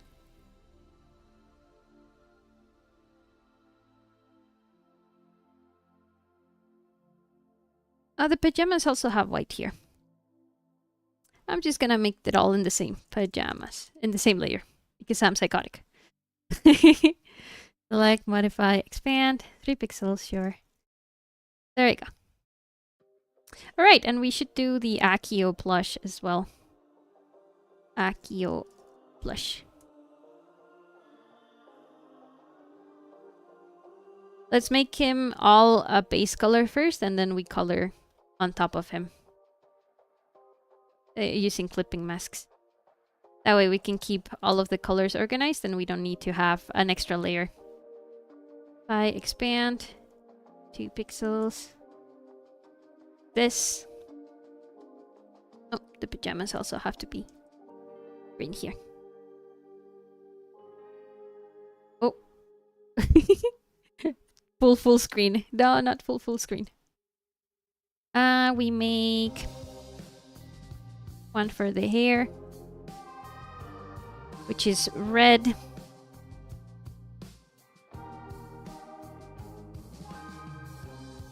Select, modify, expand, 2 pixels. Wow. I love using pitch black for action-oriented pieces. Harsh neon-esque shadows go so hard. I take my rad art and I want to paint it black. No shading anymore. I want it to turn black. Yeah, okay, that's a good excuse to use pure black when you're doing noir or like super moody superhero action pieces and stuff. That's a really good excuse for it at that time. Oop. We missed a corner here. Corner. Oh, and here as well. Here and in here. There you go. And we do skin. He's also quite light skinned, but just, since it's a plushie, it's a little bit hard to get, you know, like actual accurate skin color. Select, modify, expand, 2 pixels. White. And we just grab from the white that we used for Monika. And that's gonna be for his gloves here and his little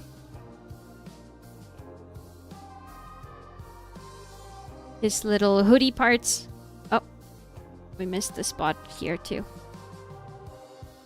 All of these sharp little corners.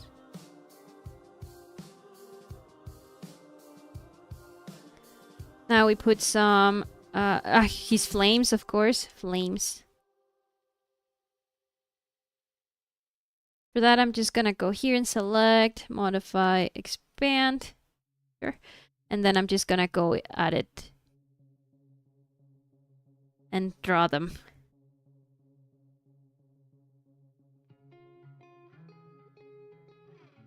Like this. Oh, no smoothing. That's why it was so laggy.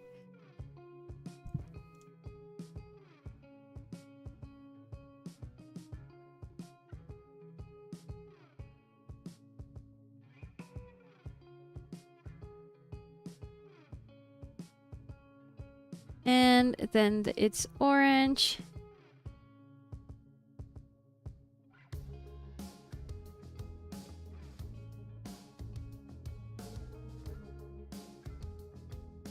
A little bit of a brighter orange, I think.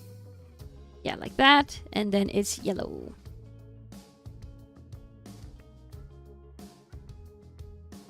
Yellow, yellow. There we go. Flames. Flames for the Accio plush. Yellow. This part is yellow as well. Select, modify, expand. This. His pants should be a little darker. Pants. Just a little.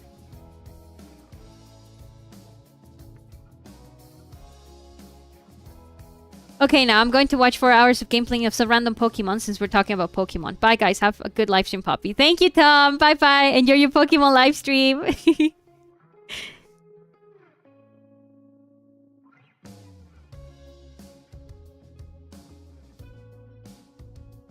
Wow.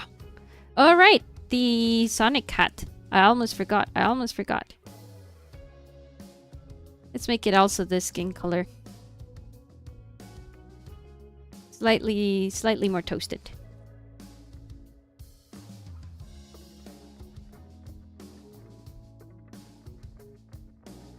Like this.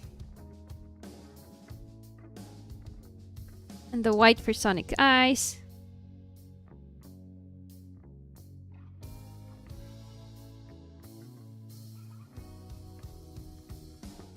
Okay, I'm just gonna use the... I should have just used the select tool for this.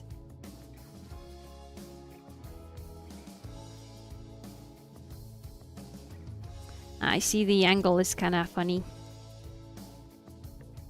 It'd be something more like this, I think.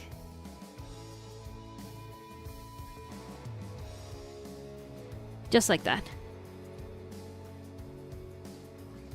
I also went to see Obsession over the weekend. It was alright. A lot of people are touting it as super scary and stuff, but I don't know. I feel probably because I have already seen a lot of movies like it. It reminded me a lot of Smile. If you guys are also horror buffs and you have seen Smile, Obsession is pretty much like a Smile movie. Hat, eyes, white. And the little nose.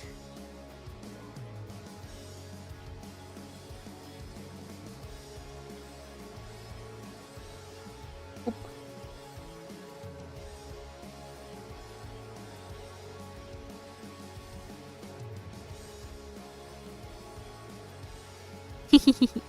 Oh, he should also have button eyes too, right? Obsession was pretty disturbing. Yeah, it's disturbing. But I've definitely seen scarier things, I think.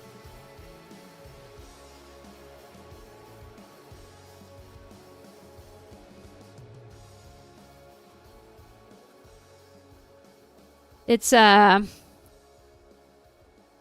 was, I guess it was a good movie for someone's debut, because I think the guy that did it was a YouTuber, right? I think it shows that he put in a lot of effort for it. And I'm very glad that this was his first project, because I think it resonates with a lot of people.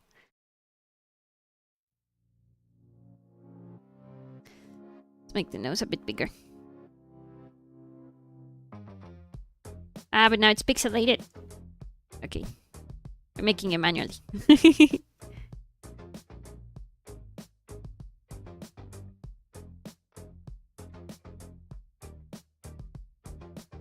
There you go. This is the nose. And now hat eyes. I think maybe the hat eyes to, you know, go away from the Sonic eyes. They're just gonna, I'm just gonna make them little beads. Like this.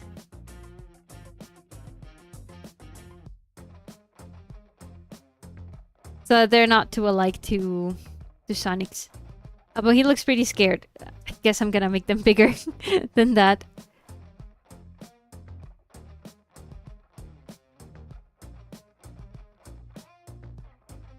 Something like this.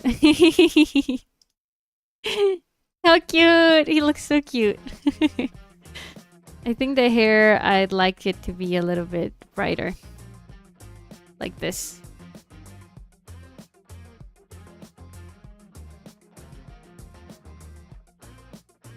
There. Little Akio plush.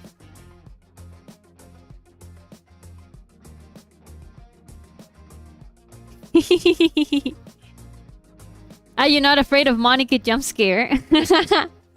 Not a lot. Jump scares I think are pretty cheap for horror, in my opinion. Akio plush. Yeah, they're like... I liked, for example, Five Nights at Freddy's. I think Five Nights at Freddy's, when it released, it kind of revolutionized the horror genre a little bit, right? That pretty much, very much needed it. It made it something like fun and fun to play, to replay again and stuff. Because back in the day, you know, horror games in general, pretty much like mind-numbing, I think. It's like all of the game is like you go around to find something and you hide from the big bad. And then you have to go sneak around again. And then you hide again from the big bad guy. And it can get pretty repetitive and pretty boring. Alien Isolation did it super awesome. But I'm pretty sure Five Nights at Freddy's came before Alien Isolation. So it's pretty interesting, the nature of the jump scare in Five Nights at Freddy's, right? Where it's like... It's a jump scare that you can sense. So, in a way, it kind of makes you prepared for it. And it's not... In my opinion, it's not as cheap. You know, it's not trying to fill in some things. It's just that the entire game is... If these animatronics find you, you're gone. You know? So I really appreciate Five Nights at Freddy's in its jump scares.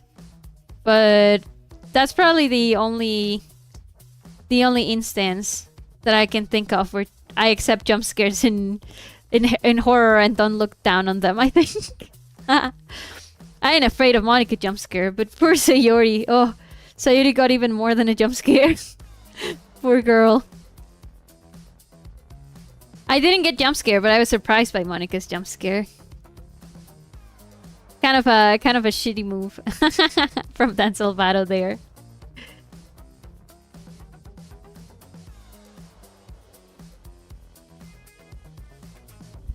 Oop. Yeah, okay. That looks fine for the eyes white. And let's make them white.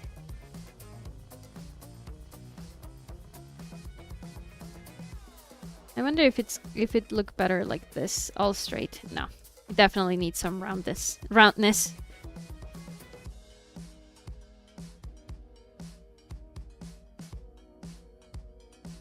Like this, yeah, I like that. I like that. My actual first jump scare was Giratina Platinum for some reason. Had to give a jump scare. Oh, I've seen that cutscene so many times. It's such a good cutscene. It was absolutely necessary to the plot, Brett's believe. Believe! It was definitely necessary. 100%.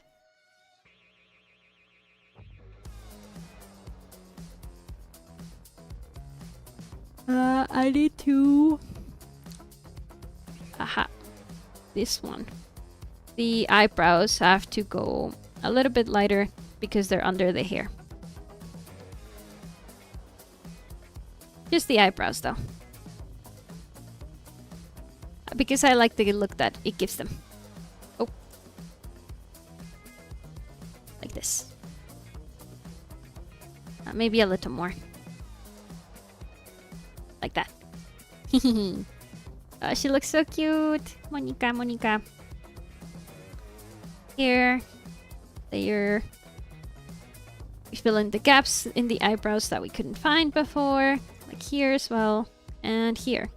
All of those little spikes. That's when I knew I had to catch Giratina and maybe Shiny Haunted. I remember how many resets it took to this day. 22,000. On the dot? 22,000? Like, just like that? Just straight up? 22,000? That's absolutely insane. The longest I Shiny Hunted was for a Shiny... Lilligant. Bueno, the Petilil. I Masura methoded her. Because I really wanted a shiny. In Scarlet and Violet, I wanted a shiny Lilligant. But they do not... They're really rare for them to like roam and stuff. And I didn't want to do the time reset thing for the raids. The hordes, I think. I don't remember what it's called. The raids or the hordes. Something like that. And I wanted to have a shiny one, so I just bit the bullet and Masura methoded it. And it took me like 800 or almost 1,000 eggs. I think I was very lucky with that. The outbreaks, yeah, thank you. The outbreaks. Colors, base. Okay, pajamas. And now for a music dress. And we go back to the music dress here. We had the pajamas. And turn this on.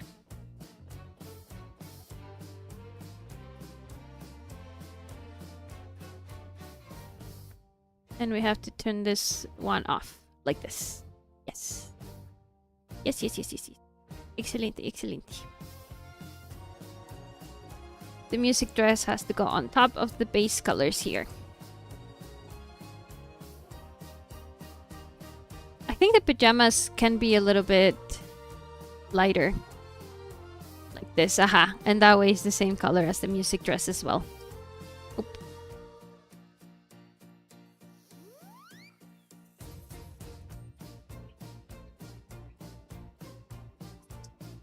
Music dress, music dress.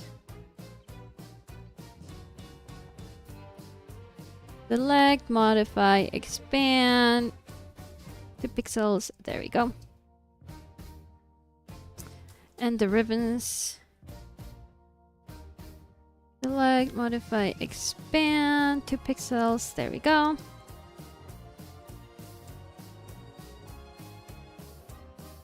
Just like that. Oh. These ones also have to go here.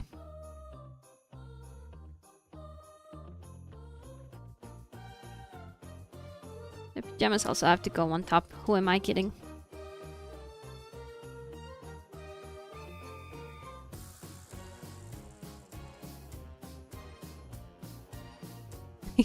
I have to erase all of this in Akio.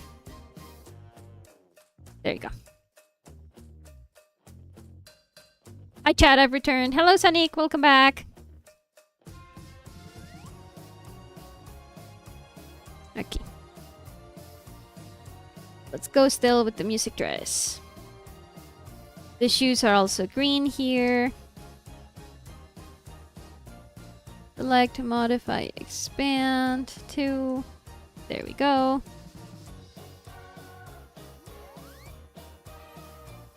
Skin. We need some more skin color here and here.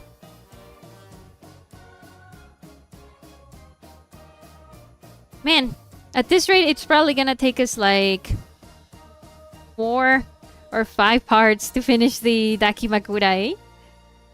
Kind of insane how much work goes into it. I already forgot how long it takes to be able to see all of these details so carefully.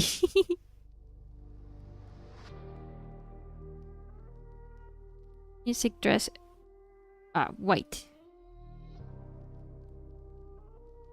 I need to paint the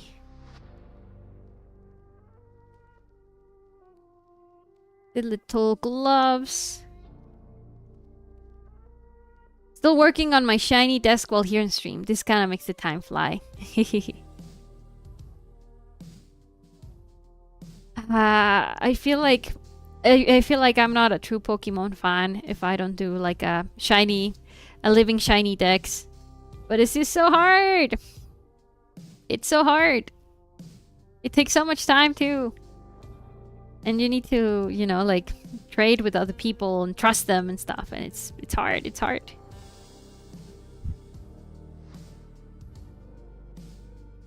skin. I'm back. Hi, Marina. Welcome back.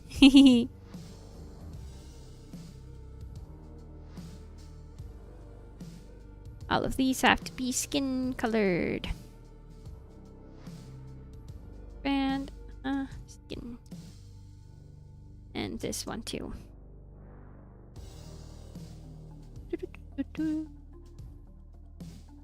Select, modify, expand. So we got the skin, Skin.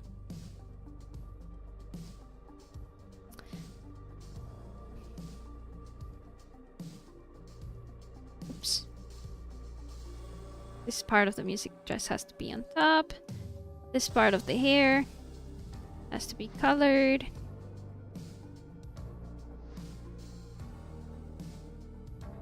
As so does all of this. Modify, expand.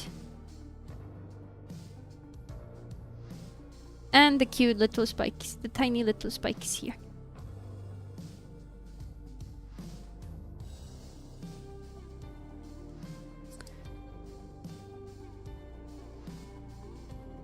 And we also still need to color the waist ribbon and these as gloves. Select, modify, expand.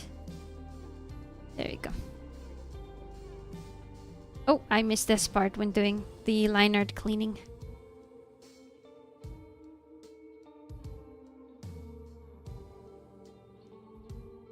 Has to be this one. Goodbye line. Oop. Goodbye line. Just like that. Let's look out for any more lines like that. Oh, this one here in the hair. And I think that's it. Let's color the satchel.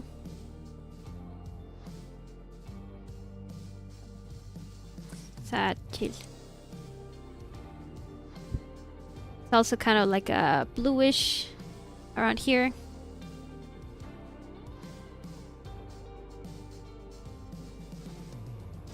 Select, modify, expand. 2 pixels. Whoop.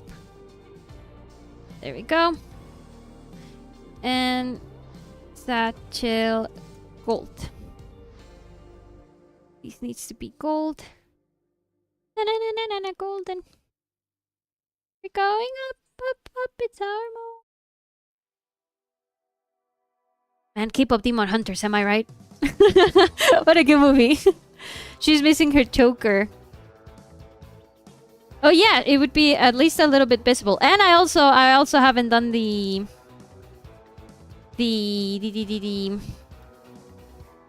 necklace as well. So let's do this little part of her choker here.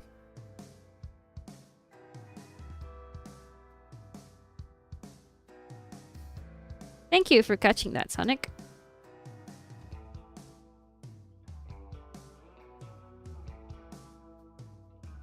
So that's her choker.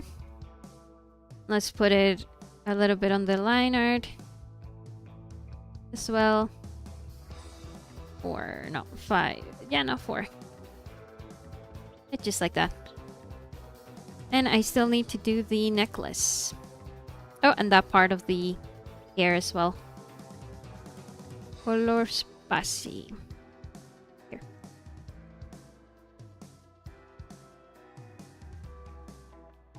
Oh. There you go. No holes, no holes. Excellently. It's so hard to feel like I fit into communities just because I just don't give a fuck about so many things people love. I think Poppy's chat might have frozen on her end. No, my chat seems fine, I think. There's just delay. There's always delay, sadly, in the stream. So whenever you see me read it is when I get it. Most of the time. Sometimes I kind of forget to look at it. But I'm working hard. I swear. I think as long as you don't have to feel the same way as everybody does in fandom, right, Kira? I, for example, really like DDLC, and I really like Natsuki, and that's pretty much all that I like. I really like the game as a commentary on situations and stuff. I want to talk with y'all about games, but I don't like Nintendo games. I'm so sorry, Kira. I'm so sorry. This is definitely skill issue on both parts. Okay, what else? Oh yeah, the necklace. That's what I was gonna do. For that one, I'm gonna go above neck. Just because I think the necklace will look better without any line art. Oh. I think I had already made a sketch for it. Aha, there we go. That way I can follow it better.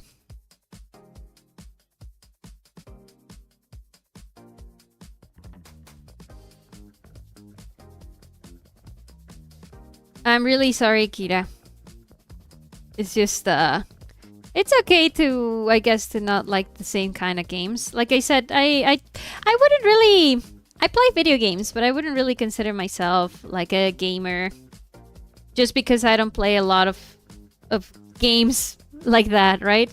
I play mostly like RPG games, and I really like mobile games, for example, like gacha games and rhythm games and things like that. But I am definitely, you know, like careful to not call myself a gamer, just because I feel like I've fallen behind on the times of gaming. I really like Nintendo games though. So I guess as long as you play any type of game, you're a gamer, right? That's fine. Simply due to not shaming those that like Nintendo. Kind of random to point it out, but it happens. Yeah. Yeah, lots of people don't like when others say that they like playing Nintendo games because they're the family games and stuff. I fought with a guy like that during college. We were doing an assignment where we had to look the success behind certain companies for video games, right? In marketing and stuff. And some guy had the audacity, like the guy that got Nintendo, because they were randomly assigned, he had the audacity to say that Nintendo was dying. This was like right after the Switch launched, and it was a huge success, and it was selling like millions of consoles and stuff. Oh, never mind, I figured it out. The stream paused when I left, and I guess didn't update when I returned. Oh, that happens, Marina. I'm sorry. welcome to the live part, the alive part of the stream. But yeah, we were in college, and he had the audacity to say that Nintendo games were dying, and that it didn't have a lot of future, like as a company for video games, as much as like Sony. And I was like, I had to set him straight. I had to go like, my dude, what are you saying? It's like you didn't even do your homework. You didn't do your research on Nintendo. Or, you know, like there are so many people that give Nintendo a lot of flack just because, you know, they don't do the usual like shooter games and stuff. And I just don't understand it. I don't get it. Time to change this background to white. But I think it has... Not yet. White, I think, works. That way we can check the colors better. Like Sonic and his little plushy colors. Dun, dun, dun, dun, dun, dun, dun, dun. Let's just change everything at the same time. There you go. And a little bit... I think, yeah, more like this, and a little bit more toasted for Sonic. Well, for the part of the hat. There you go. I guess at the time it was mainly the Wii U's fault. The Switch definitely saved them, but yeah, Nintendo wasn't doing very well during the Wii U era, mainly due to marketing reasons. Yeah, but I was like, when he made his presentation, it was the Switch era. Like, it just released and everything. Like, he had absolutely no leg to stand on, I think. Nintendo's a lot more family oriented, and the games I tend to like have people actively dying in them, which Nintendo doesn't really do. Yeah, no, that's... They do it sometimes, but not in the gruesome way I think other games do, like Call of Duty or Gears of War, for example, right? It's always a little bit more spiritual. In Zelda, we have a lot of death in Breath of the Wild and stuff, and it's really sad. But it's definitely more family-oriented, like you said. Not at all something that someone who likes to see the shooting in God of War and things like that. Right?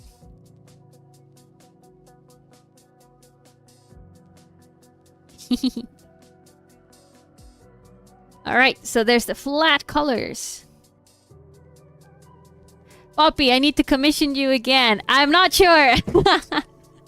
Maybe someday. Maybe someday in the future. But with streaming and everything, I wanna have time to draw a lot of things that are not necessarily commissions. But maybe I could open a thing where it's like something like commissions for stream, and you let me stream it and we can draw it together. I don't know, but I definitely want to draw more Natsuki, for example, as well. During stream and stuff. It's just really difficult. Like I said, commissions take me a long while, and most people want it like super fast and everything, right? I don't really play many shooters. Oh, so it's more like RPGs and stuff, but a little bit more like God of War and things like that. My favorite Nintendo era was probably the GameCube and the Wii. Ah, the Wii era. The Wii era of Nintendo was awesome. I miss it every day. White lace. I miss it every day more than I can imagine. More than you can imagine. Let's make the white a little bit more white. Color space. Bow. Yeah. It was just iconic. There was no stopping the Wii.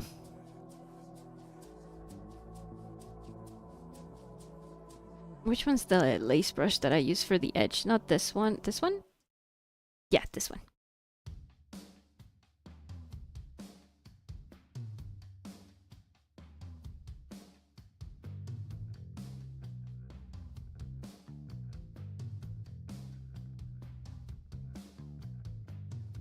We're doing the lace part of the music dress. Anyways, looks like I'm about to be headed out. Continue working on Rabbit's art, and I'm starting to watch the first 5 episodes of another anime series called Dandadan. Bye everyone, stay brave. Ooh, Dandadan is really good. I hope you enjoy, Dave. See you soon.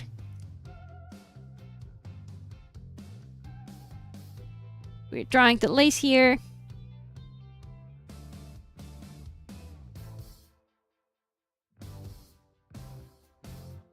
Like this.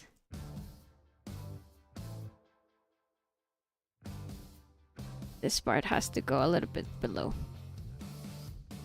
Like that. And we have to take into account the way the dress is gonna fold here.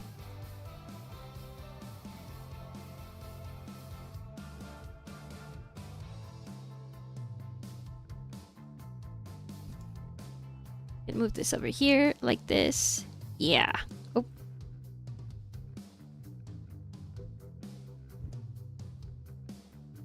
And the dark part of the lace, dark green lace. I think the dress can also, the green can also be a little brighter. Not that bright. Yeah, like that.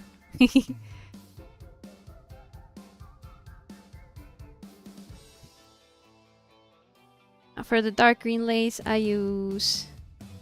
Ah, this is the one that I use for Monika. Hahaha, sorry. And this is the one I use, I think. Let me check. I need to check my own... I need to reference my own art to see how I draw her. Okay, okay. Yeah. This is the one I use for the dark green lace. And she has one around here.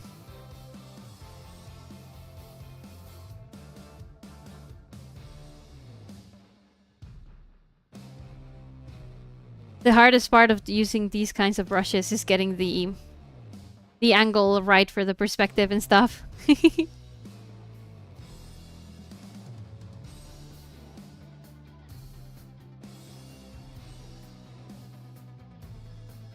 Like something you have to do a straight line like this, and then you go to edit, transform, warp, and then you give it like the volume that you need. Like this. And pray that it doesn't look too bad. This one, for example, didn't really convince me, so we're doing it again.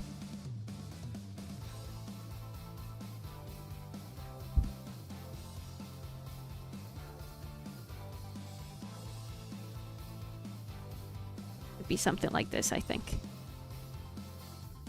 It has to be a little bit more below. I don't know why it did it this high up. But it has to be around here, I think. Like this. And we have one. And then we have another one here, too. And then 3. Right here at the bottom.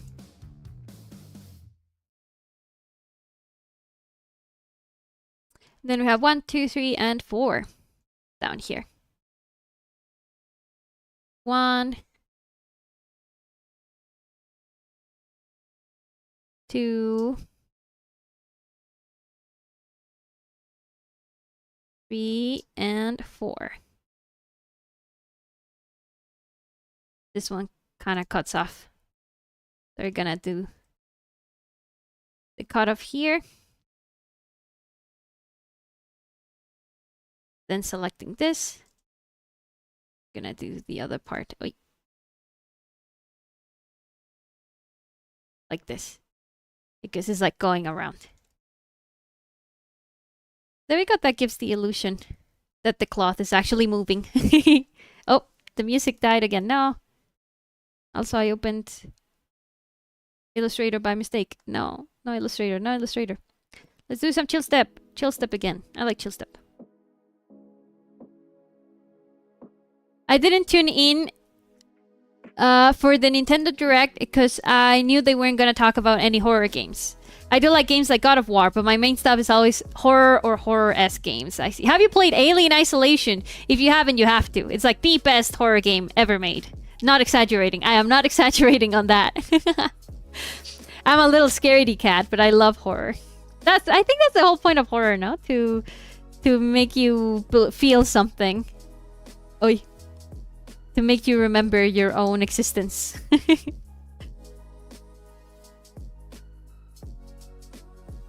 Let's do the white lace again because I used the wrong brush. It's this one. No.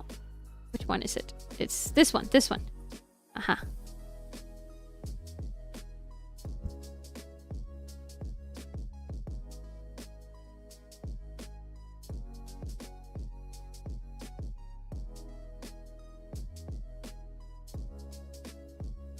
This. I'm the opposite, but it's really funny that 2 of my favorite characters are from horror games. Yeah, I mean, I don't know. I wouldn't really consider Doki Doki a horror game, really. But maybe that's just me. I think it's just like existential horror. I suppose... I think I'm overlooking a lot of the ugly things that show up, actually, in Doki Doki. Okay, you guys win. Yeah, it's definitely a horror game. I'm sorry. I have Alien Isolation, but I'm god awful at finishing game because if I'm not arting, I feel like I'm being unproductive. Oh, I feel that. I absolutely feel that. But you should totally give yourself some time to play it, eh? I swear it's worth it. It's absolutely worth it. There is no horror game like it. Like I mentioned before, I used to play a lot of games. I tried Outlast and I tried Amnesia and all of those games and stuff, but they were just so boring because the main mechanic in those kind of horror games is, you know, you sneak around the big bad, you find something cool, and then you have to sneak around again, and oh, new zone, and do the same thing all over again. It's just a little boring. And Alien Isolation does the awesome thing where it allows you to fight with the alien in a really funny way. You can like throw you can have a flamethrower and throw molotovs at him and stuff. It's wonderful. I absolutely love it. More than anything, I think. More than any other horror game. Just because of that. Because it allows you to actually fight the big bad. Alien Isolation 2 was announced, so get ready. It was? Oh, I can't wait. We have to play it. We have to play it together. We have to play it on stream, guys. We have to play it on stream. I'll probably rage quit or rage a bunch of times, but we have to play it. We have to play it. A character I was scared of wasn't even from a horror game, but I always panicked when I came across the big purple cheep in Mario. The big purple cheep is like super scary. I get it, I get it. And he has really big lips and he just wants to eat you. It's pretty scary. It's pretty scary. I'll play Isolation after I finish all of the Resident Evils. I started playing Amnesia lately. I think we have different mindsets for the game. I like the exploration of horror games. I guess... yeah, I'm more of a story-driven person. I really liked Resident Evil 7, for example, Biohazard, and Village. Oof, peak horror games as well. I think most of my biggest complaint is that as in horror games, right? In horror movies, you see people being dumb because, you know, it's a movie. If people weren't dumb, they would get saved and there would be no horror movie, right? So it makes sense. But in a horror game, I really I want to be able to make my own decisions like that. Like, you know, like I'm gonna take agency. I found myself in this really ugly situation, kidnapped or with the big bad or something like that. And I'm gonna fight back and I'm gonna come get you and we're gonna get out of here. You know what I mean? It's like more... I like horror games because it gives me a lot more agency over what makes a horror story.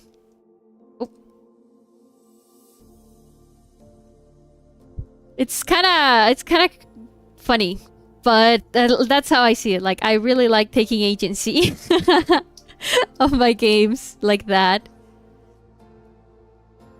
The music dress, I think it's a little bit too saturated. Yeah, like that. I think it's funny because your mentality is kind of what kills ASIMs.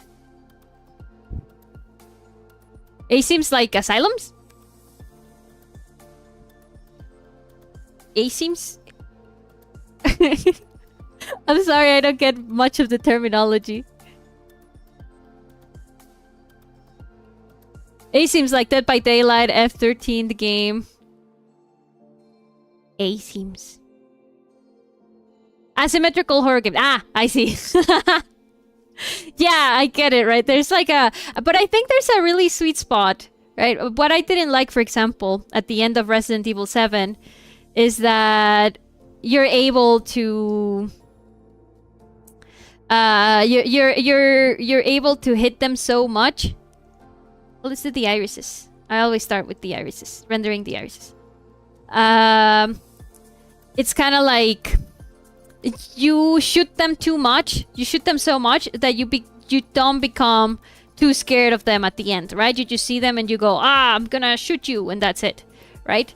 I do get where you're coming from, and I do get where you get the it kills them part, because yeah, it's like a big part of the horror is being scared of the big bad. But if you're able to fight back so many times, then it's not really that scary, right? Is it?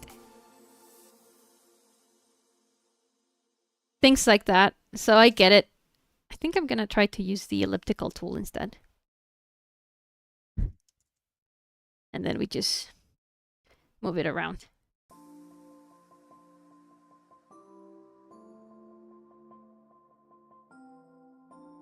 Like, I totally get where you're coming from.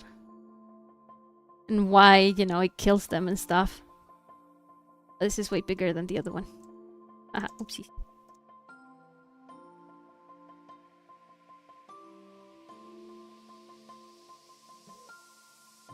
Select, transform selection.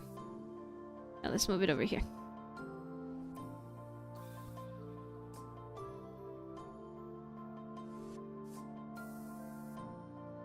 I think it's actually in the right position there. It's a little bit too high up. A little. There. I think it's a little bit too low now. Oh man. We'll figure it out as we go, I guess. To see if the eyes are well paired together.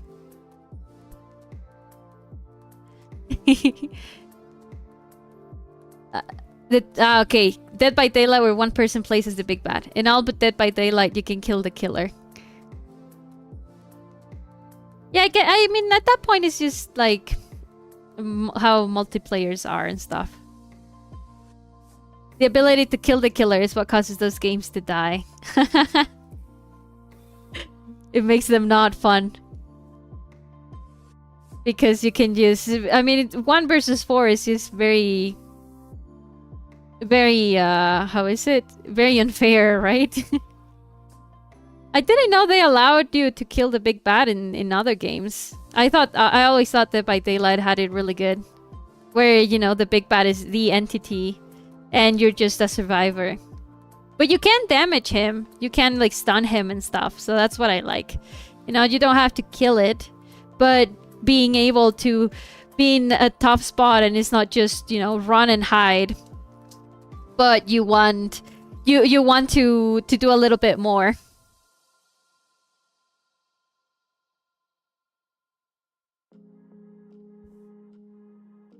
Oop. That's what I like about horror games that allow you to do that. You know, in Alien Isolation you can't kill the alien, and in Biohazard you can kill some monsters, but not all of them. You know, there's big bad monsters that are made to be like mini bosses and stuff that you just can't kill until the moment where their death is scripted. You know. But at least it allows you to kind of like be a little bit more aware of your actions and, you know, rationing your stuff, or if or when you decide to fight it, things like that. I really like that part of horror because it's also what a lot of horror movies do, right? You prepare yourself for the final battle against the big bad in some of them. Like in Alien. That's why I think it fits them so well. At least in Alien Isolation, that you're able to fight the big bad guy. There you go. Look at those eyes. Those are the eyes of a killer. Of a cold-blooded programmer killer.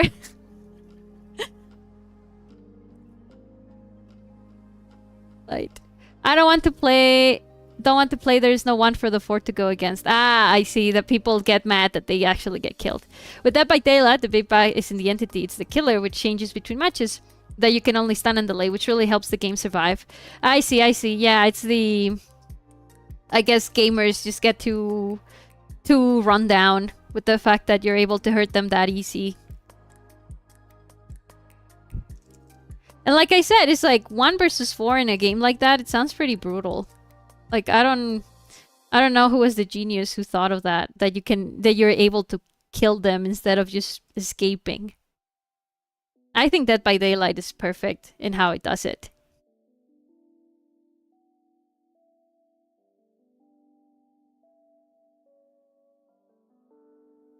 It's not the fact that you can't hurt them, it's the fact that you can stop them from even playing. Ah, I see. What do you think of Subnautica?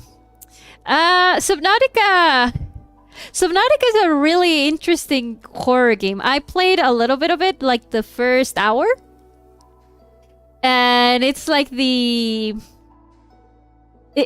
the type of horror where it's like, you know, you're all alone and you're surrounded by all of these things around and you have to find your way home. Kind of like Interstellar. If you could say that Interstellar is a type of horror, I think Subnautica kind of feels like that. Where it's not really the fact that there's something chasing you or something, although you can be chased by some of the monsters. But the fact that you have to make do with the fact that you're just yourself, right? You're the only one there.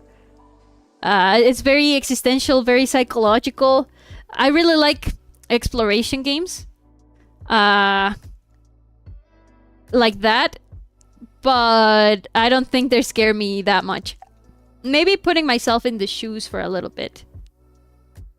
No, maybe I just have to do it a little bit more. Vivid light. Yeah, that looks good. That looks good with vivid light. And let's do a hard light as well. Hard light. But yeah, in terms of like scary, it's not that scary, but it can be horrifying if you let it. I can see the horror of Subnautica. I think the hard light needs to be yellow so that it makes some interesting contrast.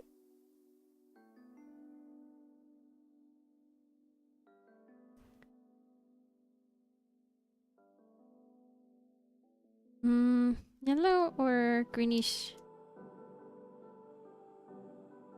A bit light is better. For Monika, I think. Yeah, it looks way better. Do the white shines. I love the way you render the eyes. They're so pretty. Thank you. If you notice, it's really not that hard. Let's go through it step by step. So you guys can, if you like them, you can do them too. So first, you put in your iris with a flat color. I don't do line art on my irises because I like to have more control over how the edges look when you're adding the darkest color. So first is the irises. Then, in order to help you guide everything, you put in the pupils. The pupils are the windows of the soul. So you have to make really sure, like you have to get really close and then really far and notice if the character is actually looking at you.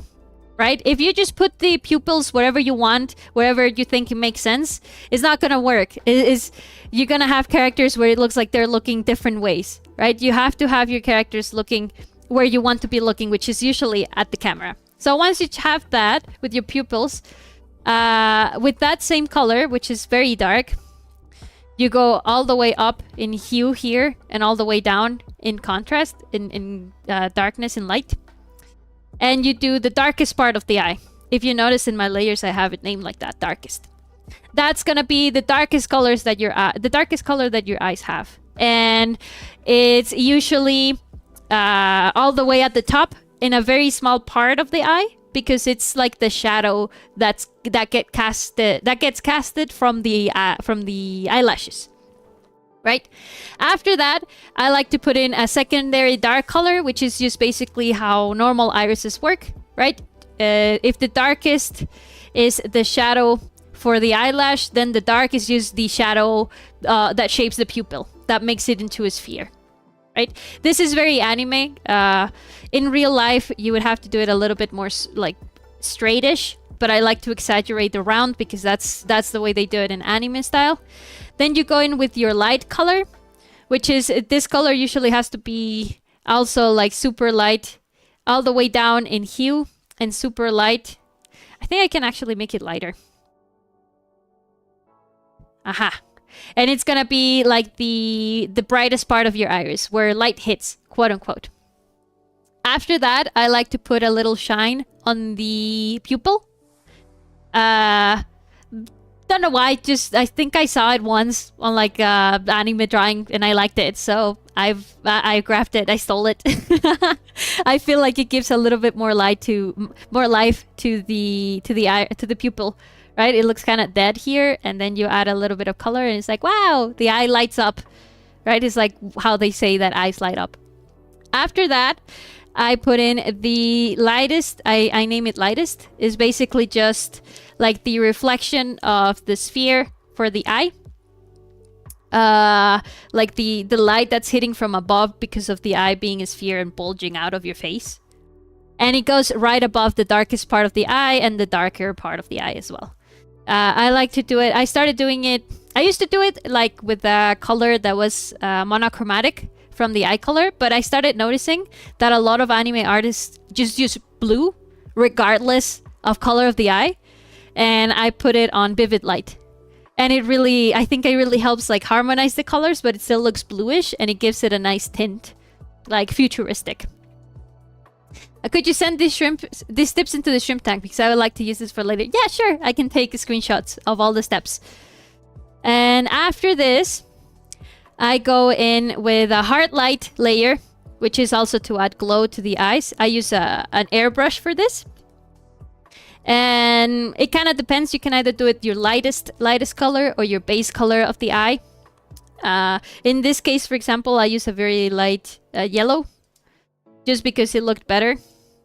When you zoom out, it looks better for like the overall look.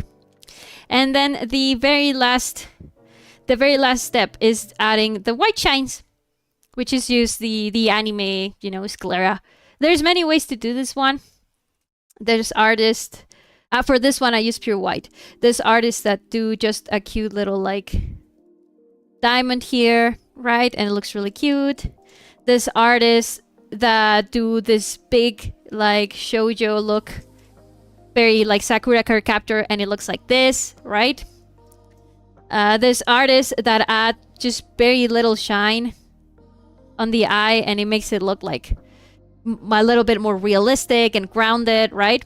But for me, I like this one that I also stole from another artist, which is just like little balls. Why do I like it? I don't know. I think it feels fun and it helps guide the eye a little better. Just like that.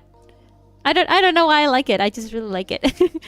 And then you also add a couple of shines on the sides. Now be careful. A lot of people will add their shines like this so that it cuts off the eye too much. But that's gonna be a little bit confusing for the eye when someone's looking at it from afar. So when you're doing it, be sure to, yes, touch the edge, but just a little bit. You see, you don't go like this. You go just a little bit like this. Just to like help the eye not get confused that, yes, this is just an eye shine. It's not part of the eye. It's not that it has a hole or anything. And I also like to add one here. Very small. And now, if you notice, they don't really pop out that much. I mean, they're there, but it's kind of hard to see them. So what I started doing, which I also see some other artists do, is you go to your pupil layer or your darkest color layer. You grab that darkest color in your eye. And then you go to the eye shines, and behind them, you're gonna paint like a little bit of line art, pretty much. Like this. This artist, for example, you can do it like this. And you see how it immediately brings it up, and it's nice.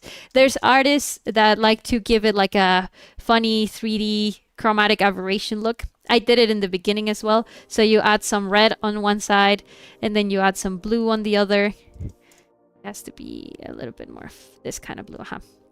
You add some blue on the other, right? And when you zoom out, it gives it like a cool chromatic aberration look. But whenever you can, as much as you can, you should try to... Oh, where's my darkest color? There. You should try to keep it... Well, to do the line art around the eye shine. It doesn't have to be like super thick, I'm not going like this around it. Just very little bit. In Photoshop, there's this thing. I'm on the same layer here. In Photoshop, there's this thing for a brush. It's called behind mode. That way you only draw behind all of the things that you already drew on the layer. So yeah, you just put a little bit, the tiniest little bit of like line art like that from the back. Monika Dakimakura, hello Lebby, welcome. Just the smallest little bit. And there you go. And it really brings it to life. It really makes it pop. Another thing that you can do that I also like to do, depends on the drawing. It has to look good. It depends with like, you can only do this with certain eye color types. You can add like a little bubble in cyan or in yellow or in magenta. This is like the bounce light of the things. For Monika, I would use blue, but you can also use a very bright yellow. Or over here. Right? It's basically just shinies that make your drawing look good. Magenta, in her case, for example, wouldn't look too good. But it's someone like Sayori, for example, the blue and the magenta look really good together because they're together in the color wheel. In here, I think I'm gonna stick to a blue. this and this. Because this drawing is for Sonic. So it should be like she has a little bit of Sonic in her eyes. And that's it. That's how the pupils, the irises look. Irises. I like to do the irises first because I feel this weird, like I feel compelled to finish the drawing because it's like the character is looking at me directly. And I feel too bad if I leave them in like whip hell or something. So if I ever make it this far in a drawing, I make sure to render the eyes first and foremost so that they're judging me as I draw. And I have to do my absolute best to make them justice. Look, Rodrigo, this is what we have so far. This is the music dress. Oh, and for everything else,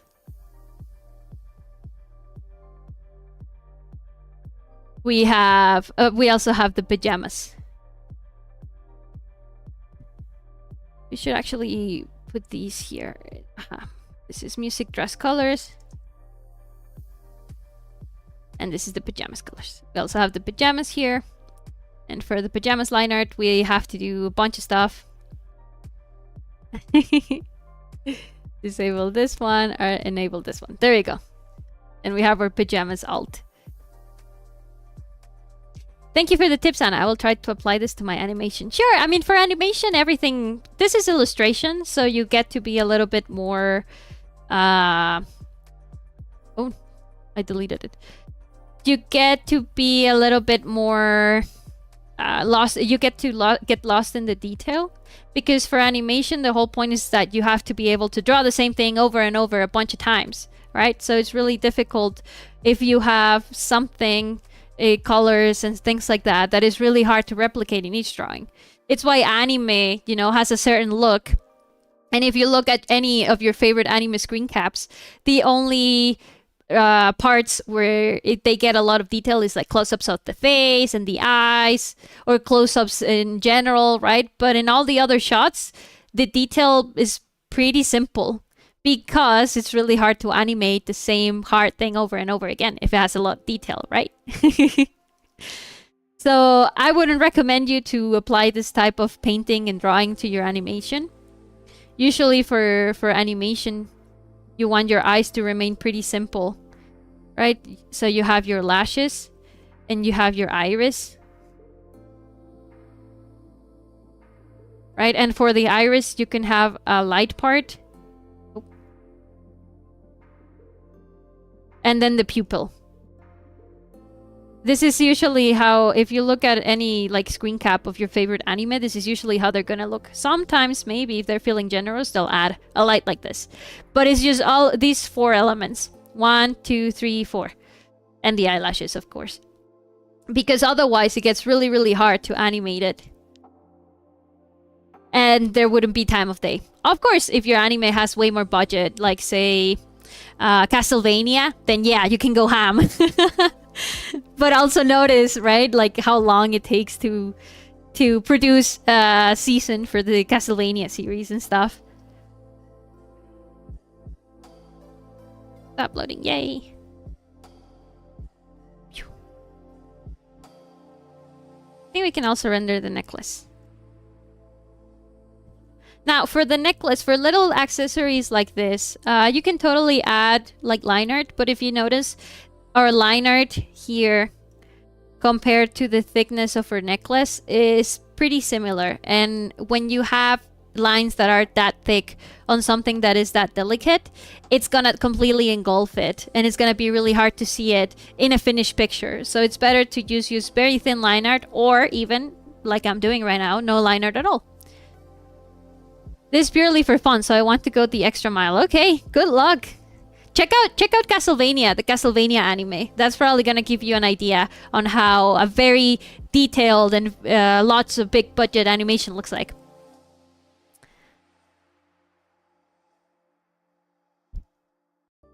Now gold is really easy. It's like the easiest thing in the world to render, especially when it's like solid gold like this. You're just gonna need your base color, you're gonna need a dark color and a light color, and that's pretty much it. So you use your dark color to kind of like paint around the shadows of it. Since it's reflective, the shadows are never, you know, when you're shading gold, the shadows are never gonna go like this. Since it's shiny, it keeps the shadow like this, and it always leaves an edge by the end of the shape, like this. You see, there's a gap, right? So be sure to leave that gap. There you go. Do you see? It's taking form. It's taking form.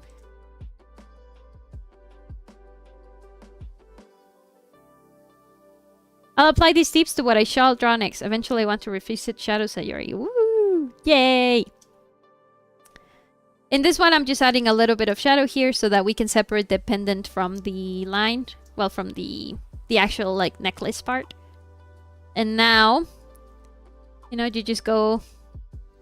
Remember, always leaving... You don't do it at the edge. You do it a little bit separated from the edge, like this. And then you go.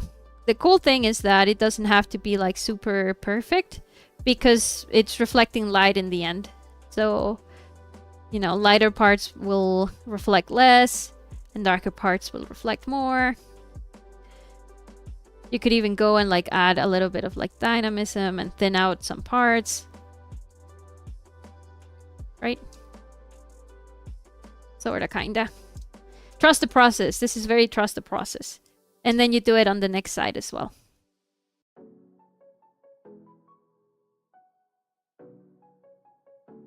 And we're going, and we're going, and we're going. We're leaving a gap. This gap is gonna show more once we add the shadow to the skin for the necklace. Because you absolutely should shade things like that.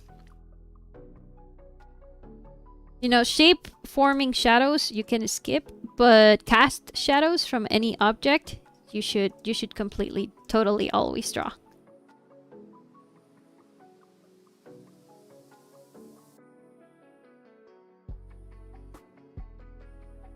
Drawing it like this. Actually, now that I'm looking at it, it should like switch at some point because we're like this. Like this, right? Making sure to not hit the edge. Yeah, I think the shadow should be like above here, not below, like I had it. If it's hard to see, you can also just temporarily, you know, you go to your necklace and you change the color to something way darker. Or a very different color like blue. And now we can see clearly where are we drawing this like dark part. Oops. I'm drawing it on the same layer. See?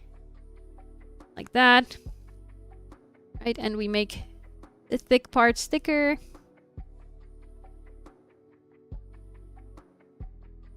And we have something like this. And you say, wow, that looks terrible. Trust! Oh, yeah, right. We're saving now. Trust, Shrimpling. Trust. You have to trust the process.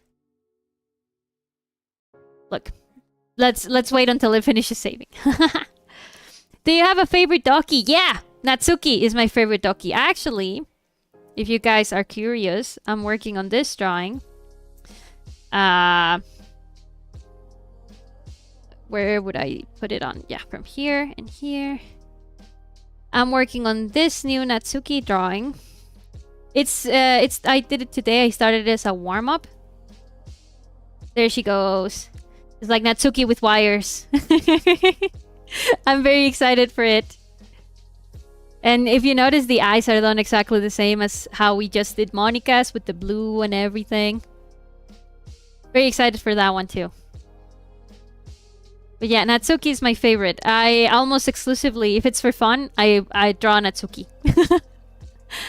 She's pink and she has pigtails. Kind of reminds me of Iono from Scarlet and Violet. Yeah, because of the colors, right? Oh, final step when you're drawing gold. You add the light. You can go for pure white or something similar to that. Usually stays really close to the dark parts. So you see?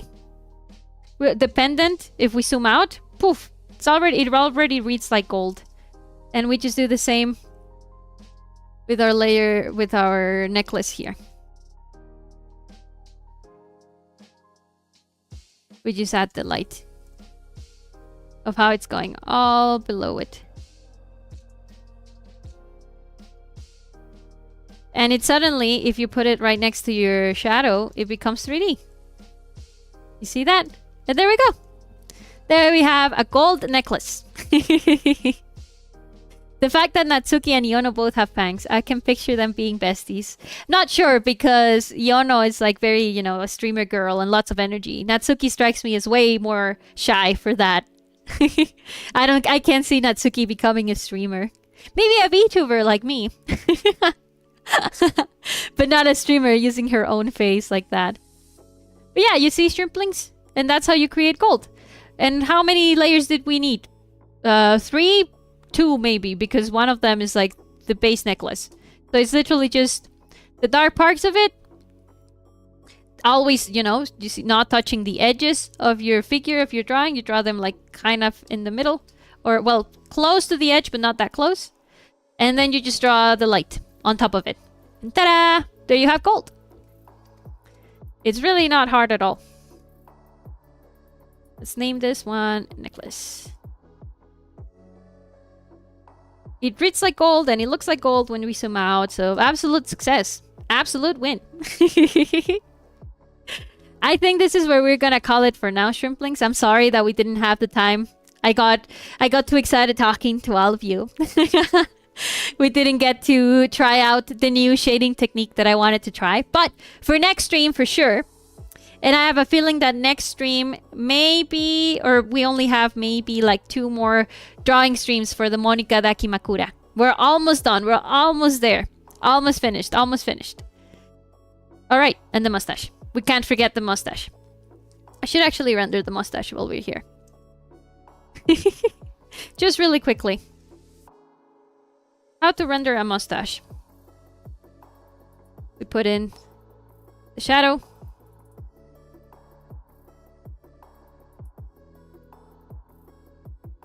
And then we go at it with the main color to draw the hair strands of it.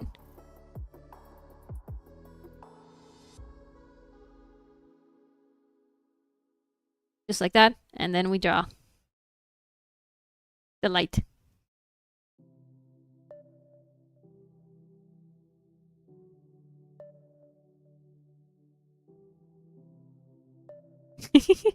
As if it was hair, I guess.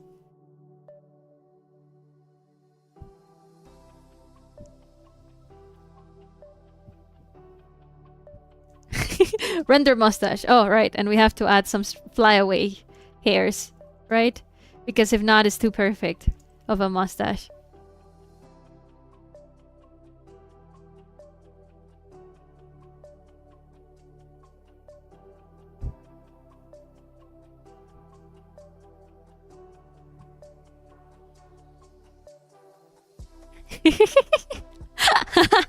Monika mustache.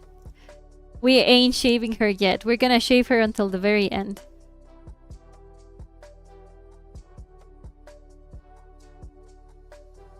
There she goes with her shaded mustache, her Moniplier mustache. The mustache. Markiplier, Pyroman. Hi Pyroman. Welcome to the chat.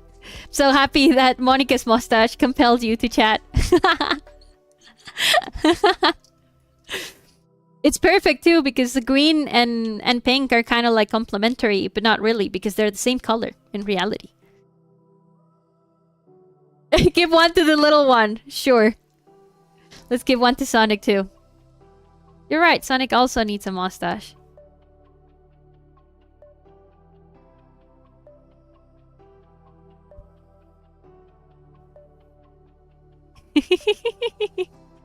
Let's give one to the little guy.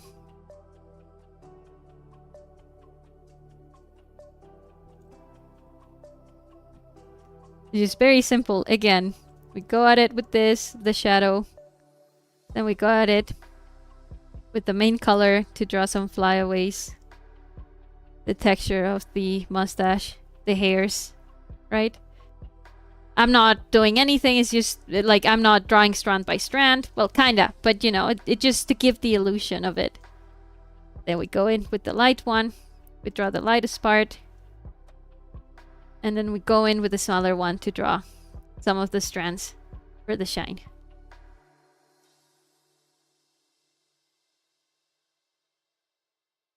And of course, some flyaways, because there's no mustache this perfect.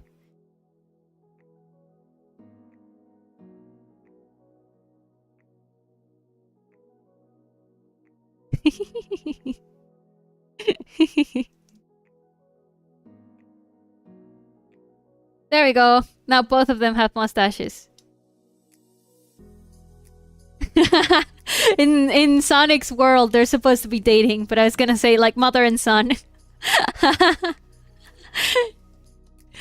It's me, Akio. Now you went from Sonic to Mario with just this single trick. You will not believe what happens next. It looks like she's swirling hers. It does. She's scheming. You know what she also needs? Now that I'm looking at it, she needs a monocle. A monocle for Monika. Is it just me? I feel like she needs a monocle, man.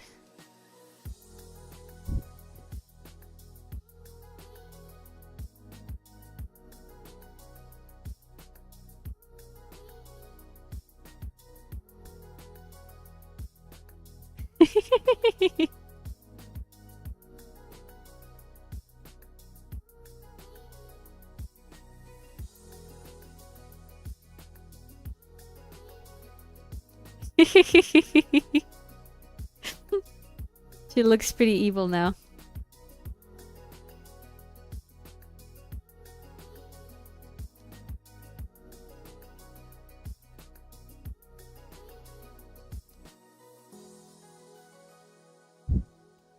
Let's draw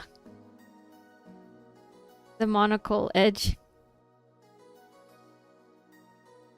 She became very refined all of a sudden, eh?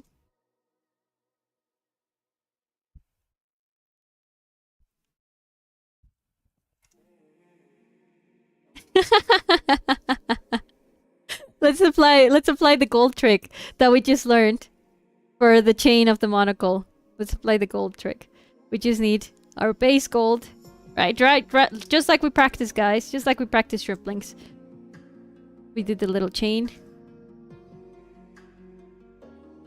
Right, and it's like it hides behind here. Just like we practiced. Just like we practiced. She has her chain. Make these look a little bit more like balls. And now, the only two layers that we need. A darker one. Where we put the shadow not at the bottom, but almost at the edge of it. You know, we decide on a light direction. I want the light to go this way. So the shadow is going to be here at the bottom. We make sure to not touch that edge. And then we just go in with the light.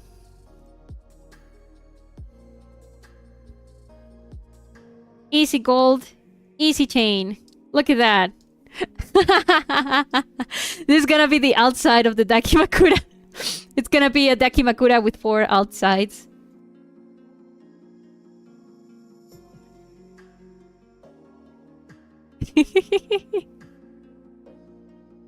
Let's connect the beads. There you go. Look at that. How refined. What a refined lady. With her mustache and her monocle.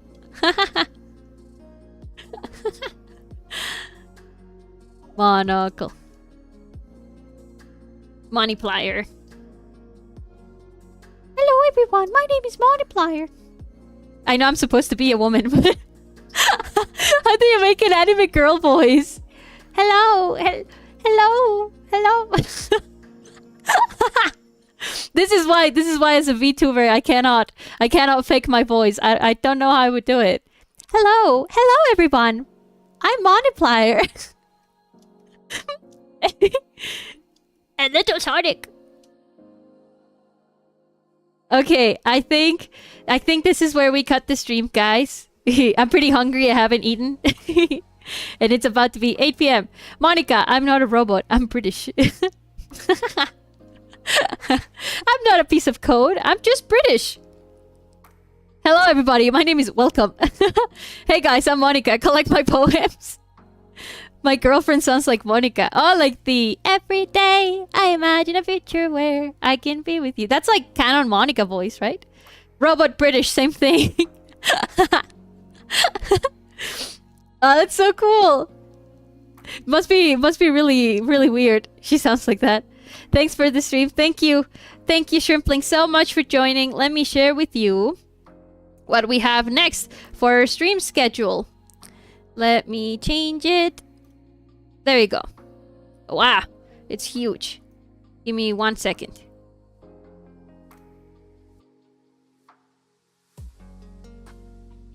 There you go. What's next on our stream schedule? We have on Thursday, we started a Stray gameplay last week, so we're still following that. We're in the chapter, I don't remember what chapter it is, but it's the slums with all of the robots and their little village. We're figuring out what's wrong with Momo. He just left his friends go alone to venture into the outside and he didn't want to go. Why did he do that? Why would he do that? And we're trying to help him and he ignores us because we're a cat. Like, imagine how specious of him. How specious to not give us a chance because we're a cat. With our Mr. Peanut Butter. So I will see you all, guys, on Thursday. Thursday for Stray, the kitty game, part 2. Where we'll keep tormenting Momo, reminding him that he left his friends go without him. Oh, fun. I'll try to see if I can join Thursday. Yay! Thank you so much. Thank you so much. Let's put in Monocle Monika again for the send-off. Let me hide the stream schedule. There you go. There we go. Hello. Oh, shit. Hello, guys. I'm Monika. Thank you so much for joining the stream. Because of her mustache. That's how she laughs now. Thank you so much. I'm never gonna shave. Ever. I feel it goes quite well with my dress. Thank you so much, Shrimplings, again for joining today's stream. I appreciate it a lot. And I'll see you all on Thursday. Thursday. Remember to shower. I haven't showered. Hee. I'll shower. Eventually. Ah. So, stay shrimp. Don't shower. Sleep a lot. And, hunch a lot. And remember to keep your mustache nice and flowy. For everyone to see. I win this time. You cheated. Number 1 chatter. Earphone Pretzel. Thank you so much, Freds. Number 2 chatter goes to Kira. Thank you so much to the 2 of you for participating so much in today's stream. Thank you so much, all of my shrimplings. He cheated. I'm not sure, but Mr. YouTube never lies. Thank you so much to all of my shrimplings for joining. I'm gonna miss you, but I'll see you all again on Thursday. Bye-bye! There we go. Bye-bye!